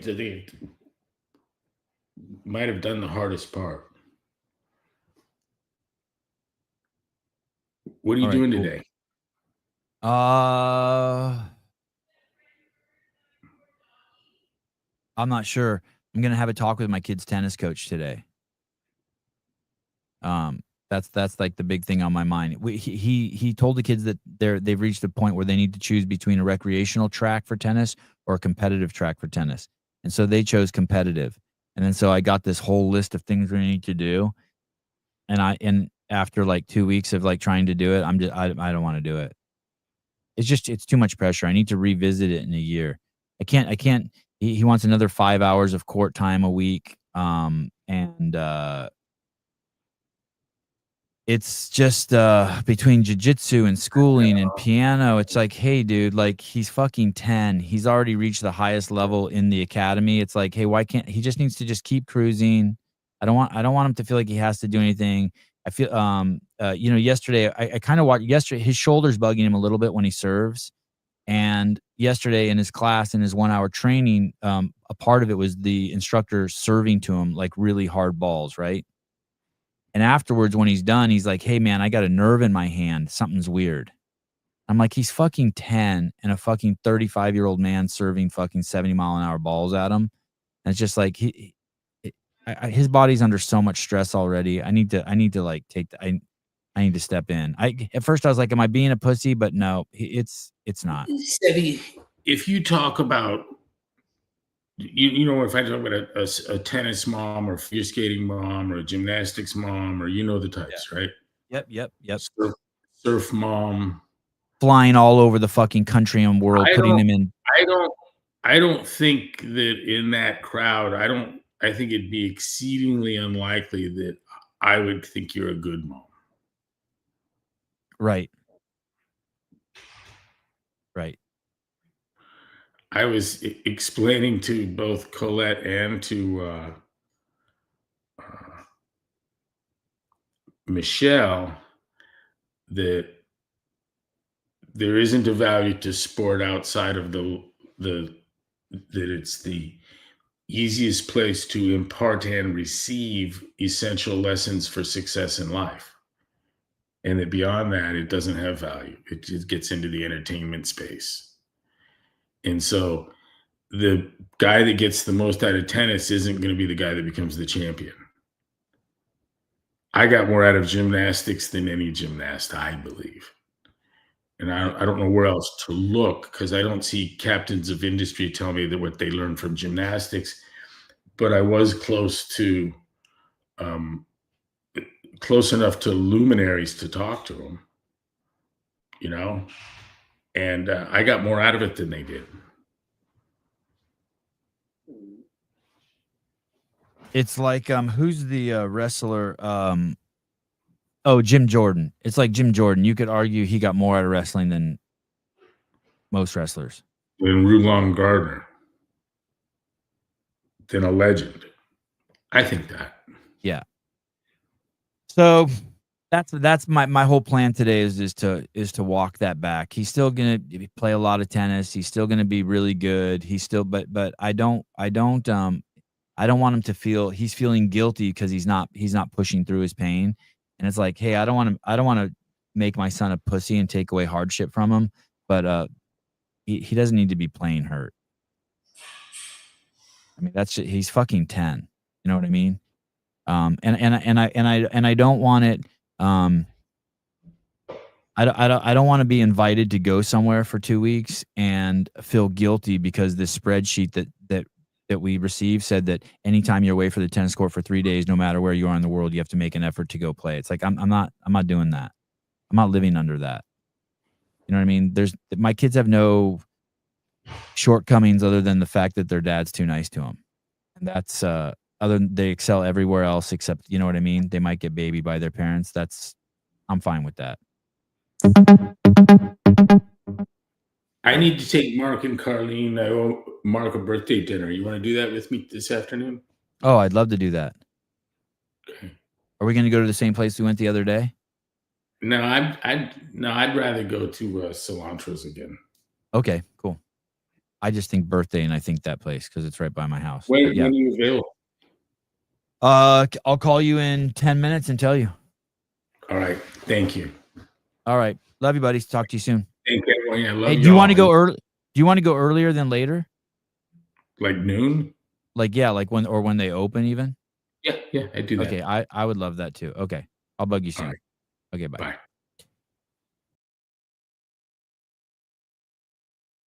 An apropos show today with Greg talking about the CrossFit Games, the origins.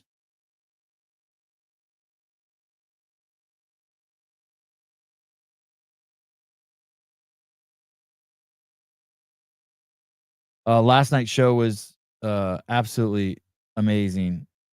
Tyler Watkins from Heat One app. Taylor Sell from Sentinel, Bryson from Sentinel, John Young from JY Barbell. Check out the John Young's challenge, by the way. I think you have 1 year to do it. I don't know where you go and find the 5. I don't know where you go to enter that competition. But John's throwing a competition now. I think the winner gets $1,000.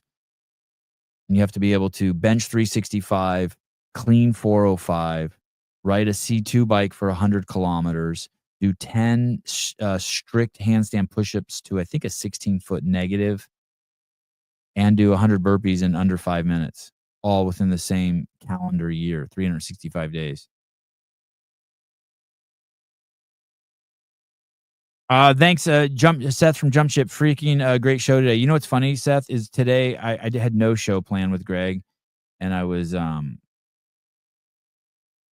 washing my pubes, and while I was washing my pubes, I actually thought of you and this idea kind of simultaneously. I go, oh, I hope Seth watches today. He'll probably like this one. I kind of wanted to get more into the minutia.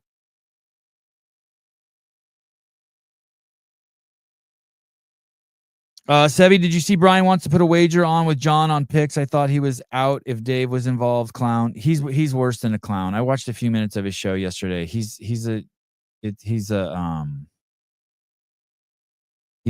delusional liar. It's crazy the shit that he's saying. It's crazy the shit that he's saying. I don't know why he's obsessed with being so divisive.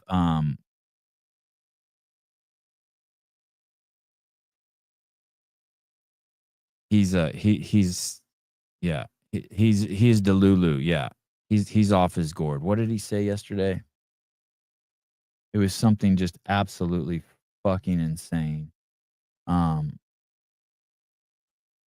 I saw some other shit today that was absolutely fucking insane too.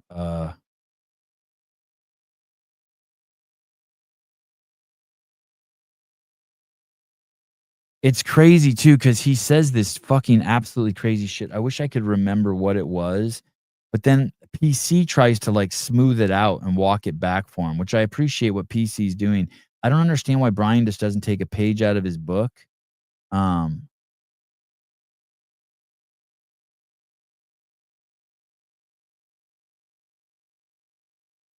He was saying some shit about he's trying to figure out and justify how the athletes can do the games this year.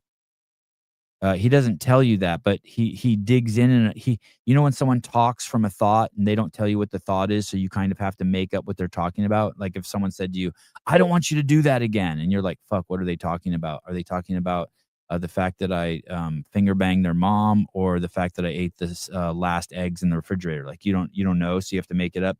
So he digs into a lot of thoughts like that. Like he's trapped in his head, and then he projects out of that space. So you kind of have to figure it out. But he was making some implications that the athletes are somehow have to justify going to the games because everyone hates Dave and that they're not involved in the politics. And it's like, dude, shut the fuck up. Everyone's involved in the politics. Just you saying that shows how steeped you are in the politics. The politics are the narrative that are going outside of is everything that happens outside of your Fran time was 2 minutes and 38 seconds. And if you don't think the fucking athletes are courting Dave and texting Dave and trying to get cozy up to Dave, and like, dude, he's more popular than ever. You listen to more fucking Clydesdale if you want to know what the actual mood is that's going on. You suggest that we live in an echo chamber. We may live in an echo chamber, but you live fucking stuck between your ears, dude. Then he went on to talk about how the big W, which is obviously a huge monumental effort to put on, and has aggregated and curated the greatest athletes in the space, no doubt, and did a broadcast that we could all watch, and he's giving away good prize money, all those things. No one's refuting that, right? Giving the athletes more opportunity, clearly for the athletes, by the athletes. But then to suggest it's more comprehensive by comparing the 3 events that the Big W puts on to the CrossFit Games and not mention all the semifinal opportunities and the Open as part of the comprehensive test, and the fact that only 300 people participated in the Big W worldwide and 250,000 participated in the CrossFit Games. I mean, that's nothing but politicking, dude. And so I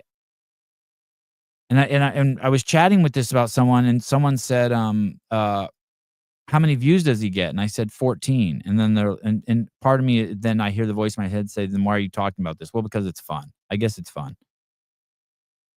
That's how small the space is, that even if you only get 14 views, it's still fun to watch your shit. This was sent to me. This is fucking crazy here. Listen, I want you guys to watch this show because I take the time to do it every morning at 7 a.m, but that's not what I rest on. I would never say to you, hey guys, I show up at 7 a.m. and I'm trying so hard, so you should show up. Like, how about fuck you, Sevon? The reason why you should come here is because you're going to hear something new. You're going to hear something distract you from the fact that you're gay and you don't want to come out of the closet, so you need to be entertained by media. You should come here because you like fucking your girlfriend. You should come here because you feel like you might learn something. You should come here because it entertains you. If I'm not adding some sort of value to your day, then don't fucking come here or send me a fucking DM and tell me how I can work harder. I'm not creating Kill Taylor because fucking I absolutely love every Saturday morning watching Taylor work out. I'm making a fucking concerted effort to capture your attention and entertain you along the lines of something that I'm having fun doing. I would never say, well, Taylor's working so hard and he tries so hard at the workouts. You should watch the show because we try so hard. What I'm about to show you is I don't know who this guy is. And it's a little bit abusive, I would say, to show this without putting like not knowing who he is. But this shit is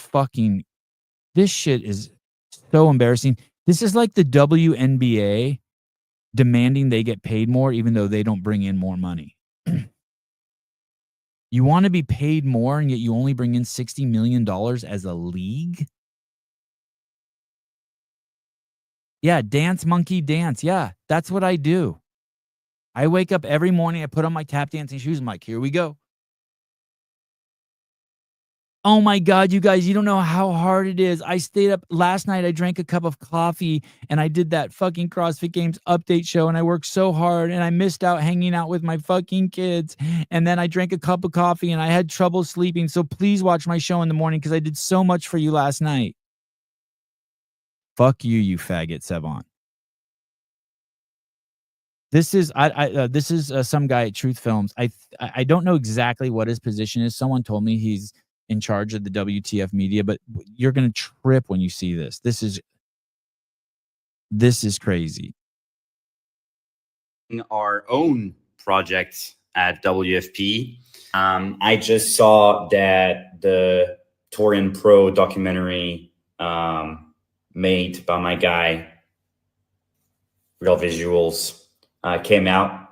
And while I'm working on the WTF stuff, my buddy, who do you say, Real Visual Media, has also come out with, while I'm working on this, I saw he has produced something and published it. I really hope you guys go and see it because us as creators, we really pour our hearts and souls into these projects. And I hope you go see it because we pour our heart and souls into the project. Okay. And it is extremely time consuming. And it takes a lot of time. So this morning, dude, I swear to God, I took this crazy shit. And I was so present when I was shitting this morning. And this isn't a joke. This is the truth. And I never, and it took time and I loved it. And I was breathing. I was in this great deep space and poop was pouring out of my butthole. I never once thought, wow, I should live stream on my Instagram so everyone can see my hard work. My soul. I was bearing my soul. It's very exciting. And we're, of course, all very, very passionate. And we love doing it. But it takes a lot of work. And I think that work needs to be recognized. So I was so passionate about the deuce I dropped this morning. I really mean it. I was so passionate. Please go check out the documentary on Torian Pro. I've only watched the beginning, but I'm going to have a full look later today. How is that your sales pitch to watch it? How about he hasn't even watched it yet. Like, hey, dude, if you want to promote that, make a post. Just say, Wadapalooza, my buddy's Wadapalooza stuff is out now. He's always done great work. I'm going to watch it later today. Let's come back and talk about it tomorrow. How about that? But the woke justification that somehow there's an entitlement there. And maybe he's tired. Maybe this guy misspoke. I don't know this dude. Never seen this guy. But wow, dude, Wadapalooza was fucking crazy this year. I know it was Brian Friend's first time streaming, so there were some hiccups. I know we saw a lot there, but this behind the scenes, I heard there's some crazy shit there where you can see Dallin Pepper fart into Jason Hopper's butt. You got to see it. It's the craziest clip ever. I haven't seen it yet, but dude, everyone's talking about it.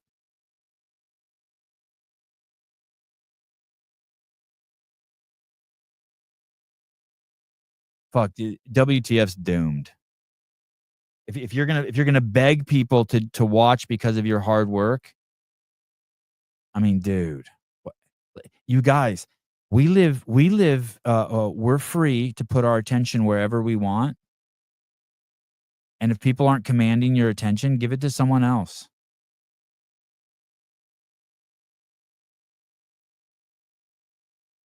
That's it. Like simple as that. It's not adding value to your life. It's not help if you're not like using it to add value to your life to help you cope with your existence. Fucking wax it. Get rid of it. I mean, even Craig Ritchie was successful making just brain dead shit that didn't say anything.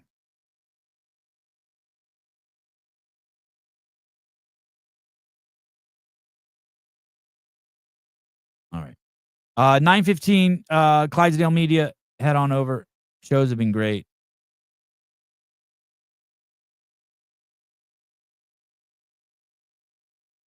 Caller, hi. Hello. Is this Sevan? This is him. Good morning, Chris. Hey, Hey, Good- good morning. how are you? Good. Good I'm morning. How are you? I just check in and give my feedback. Talk with the tennis pro today. Oh, awesome. Thank you. Oh, hold on. Hold on. I'm gonna cut you off and then bring you back because you got a little pop. Hold on. Just stay there.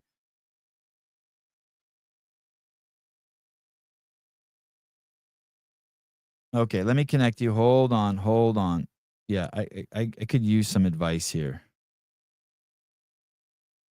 Yeah, Chris, I'm all ears. Give me the advice. And by the way, he's a great guy and he wants the best for my kids. I know he loves my kids, but go on, please. Oh yeah, yeah. Sounds like a great coach. I've been following along your kid's tennis journey, and yeah, I mean, I'm sure the coach sees your kid as a great talent or kids, and would love to build them into superpower. But at 10 years old, I don't think a kid needs to be playing more than maybe like 3 or 4 clinics and maybe a private lesson a week. Yeah, and that's what they're doing. That's exactly. They do 3 lessons a week. That are I think the clinic, what as you referred to it, is like I want to say an hour one day and 90 minutes the other 2 days, and then an hour Yeah. of private every week. And then I always go to the privates with them, and we show up an hour ahead of time or stay an hour after, and I hit with them. And then sometimes we still even play on Sundays. Oh, that's perfect. Yeah, it should be fun. At 10, it should be fun. He's saying, dude, Not work. his logic is this, and I respect it. His logic is like, hey, I want to keep the door open for your kids as long as possible. And by the door open, I think he means to get collegiate scholarships or compete at the highest level. And he says you can enter that door anytime, but the sooner you start entering it, the slower pace you can work at, and it won't be rushed. And tennis isn't something you want to rush. Yeah, I mean, I guess it's pretty common for coaches to use college as the carrot. Yeah. I know in tennis, definitely, it's very international. A lot of kids are coming from all across the globe to play here in the United States. And those coaches use that same American university carrot too, to get them there and to keep them there. But yeah, I mean, the reality is that your son is probably really good. And with 3 clinics to 4 clinics a week and a private lesson and playing tournaments, probably, when they want to, like as much as they would like to play tournaments at that age. Yeah, that's a nice mix. And then there's plenty of colleges to play at. And then, and I can make this decision in a year also. Yeah. 12 and under USTA. Yep. And that's where the yellow ball, the big kind of tennis starts and the big tournaments start. And so I'm sure he sees that and, would like him to be a part of that. But you'll be chasing points I see at that that with age. I see that with the parents already in jiu-jitsu Yeah. and in tennis. All the parents have lost their fucking minds in my book. They're just chasing points. They're flying their kids all over the country, all over the state to chase Yes. points. Yeah. Yeah, it puts a lot of pressure on the kid, and you know, it's generally the parents that are putting the pressure on the kid. It's not like he got burned out. Chris, listen to what It's Judy just- listen to what Judy said. If my kid was begging and totally invested, obsessed, I'd probably do it. Me too. As long as they are loving the journey, don't focus on the college scholarship. Yeah, my kids aren't begging. Like they're not Yeah. they're not even they're not asking for it. Yeah. There's some kids you have to like pull off the court. They just want to be on the court so much. Yeah. And so those kids, yeah, it's probably maybe better suited. But I don't know. Your kids have, pretty well balanced life. So seems like if they did spend a little more time in tennis, they would be less able to do some other stuff. So I don't know. That's kind of where I've moved. I was definitely more of the high competitive junior tennis coach. I did some national USTA stuff for the junior kids, but after a while, you just start to see that it just sucks the fun and the light out of the kid's eyes after a while. What about the shoulder? My kid says it hurts when he serves, and that's another thing. I was like, fuck, he just needs to take a break from tennis. If it's his shoulder, Yeah. typically shoulders on the serve as they're tossing the ball too far back. Mm-hmm. So they're leading with their shoulder instead of having the ball a little bit more in front. Now, does he know he can toss the ball in front of the baseline and cross it after he hits it? Honestly, I don't know. Because sometimes the kids don't know. Okay. And so they'll purposely toss the ball behind the baseline because they're afraid to cross the baseline after they hit it, thinking that that's a foot fault. So just something to tosses in front should generally help shoulders. Elbows is the same thing, like tennis elbow, stuff like that. Typically just it's form and it's technique. And he's typically. really stiff for a kid. Like I'm a 53-year-old man and he's less limber than I am. I've noticed that with some of my tennis players. Very stiff. They have a hard time touching their feet. Yeah, he's extremely stiff. Like he's 10 years old, and yesterday we went in the garage and he deadlifts like 130 like it's nothing. It's almost got a double weight body deadlift. But I mean, damn, he looks more like a power lifter than a tennis player. Yeah. Yeah. I mean, that's definitely part of it. It's much easier for typically taller players to play tennis. It's, you can be a little more aggressive off the serve because it's a little bigger window to get it over. But yeah, it's definitely a tall man's sport at the next level, especially collegiately. And he's not going to be over 5'6". Yeah, I mean, some of the shorter players that have played, Diego and Duty Sola, or is that his name? Duty, the Israeli player, little guys. Still But 5'8" Diego or Schwartzman, 5'9", right? guy. Yeah, still 5'9". Yeah, exactly. Yeah. Yeah. But generally, you're talking like 6'5" guys, if not more. So, yeah, I'm sure they're freaking phenomenal tennis players, and they come from California. And usually, if you're a college recruiter and it's a kid that's pretty good coming out of California, if he really wants to play in college, there'll be plenty of opportunities. I don't even think I want my kid going to college. It's.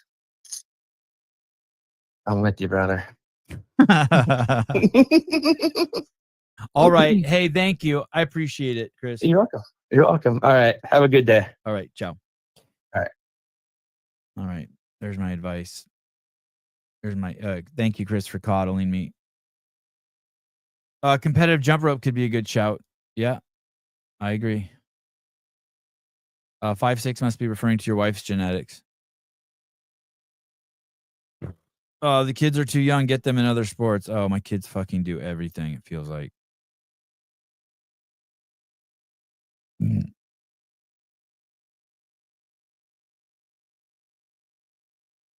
I'm pretty sure I am pretty sure he hurt his shoulder doing jiu-jitsu.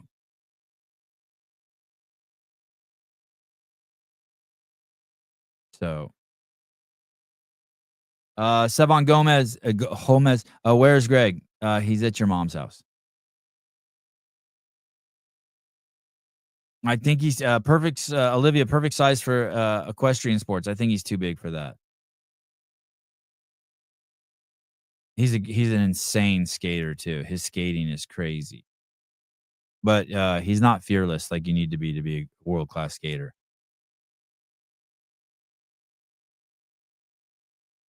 Did Greg weigh in on the Danielle Brandon controversy? No. Come on, man. Greg doesn't eat junk food. That's just fun. That's just fun junk food. That's candy.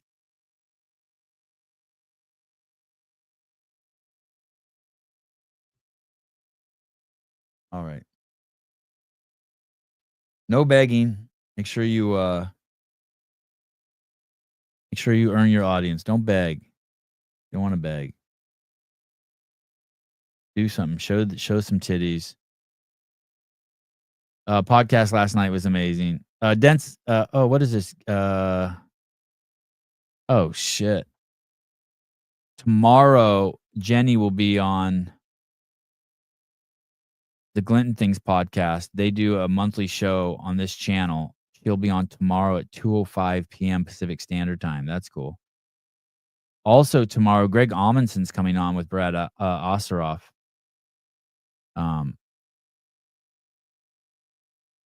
Which is cool. That's going to be a good show. Deep dive, how to meditate on Jesus. Also, it looks like Chase and Bill are coming on the base show with Jake Chapman on Thursday or Friday. Oh, damn. Jake's got a busy. Jake, I think you have shows double scheduled.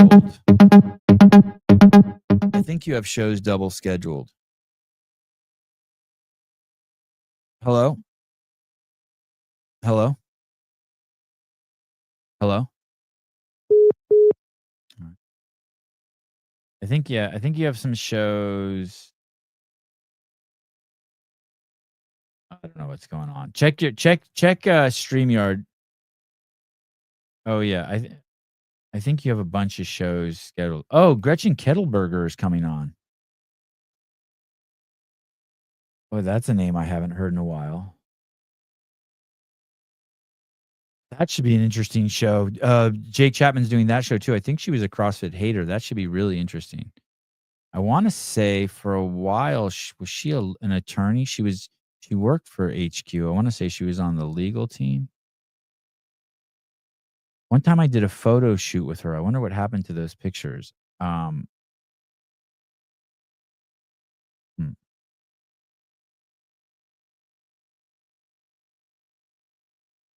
then if you have some spare time, watch last night's show. It's called the 2025 Champs. I'm telling you, you will be entertained. Also, Haley Adams was on yesterday. I asked her about her shaving and waxing protocol before the games. I think she rolled her eyes at me. I like her. She's cool as shit.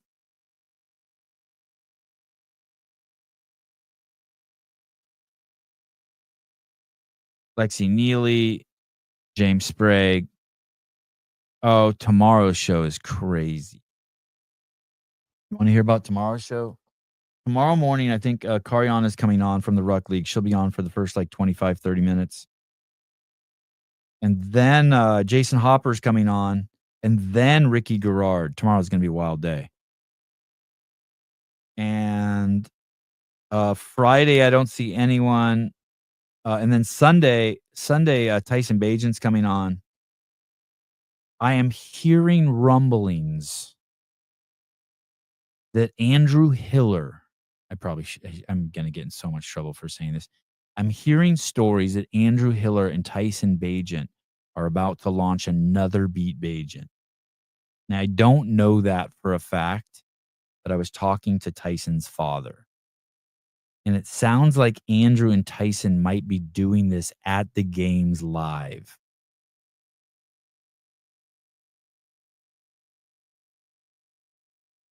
So I will try to keep you posted on that.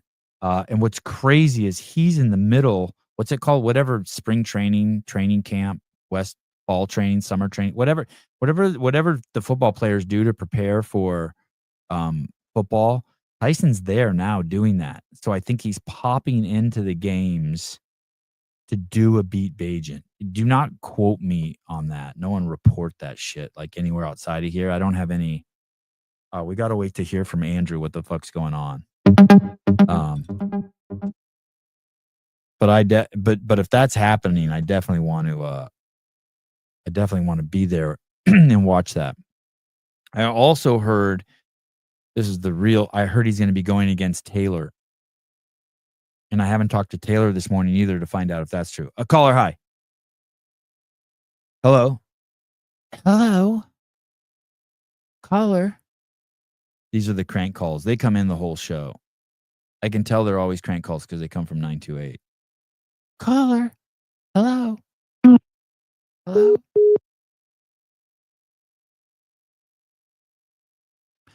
Andrew Hiller and JR coaching classes at CrossFit Albany if anyone can make it. Oh, that's cool.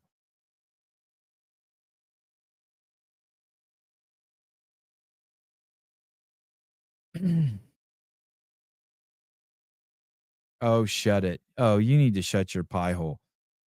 Mr. Gomez, if Tyson Bagent put the same amount of effort into playing football as he did playing with Hiller, maybe he'd get some regular season snaps. There's no one who puts more effort in than Tyson Bagent. You just wait and see. It's hola to you, motherfucker. Hola.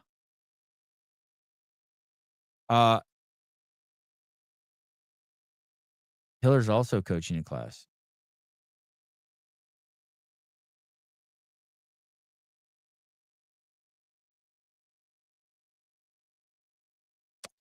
Just confirm with Pedro.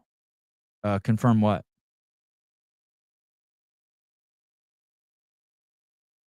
Oh shit. Okay. And then Graciano Rubio, I will be at CrossFit Albany for the best snatch seminar you've ever seen. That's awesome. All right. Fuck. The whole crew repping at CF CrossFit Albany.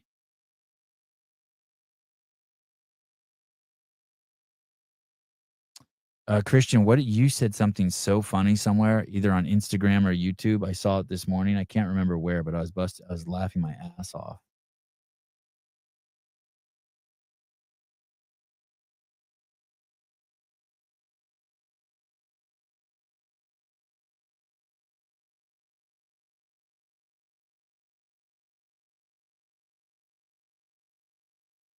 Okay, head on over to Clydesdale. 1 minute left. Love you guys. Talk to you later.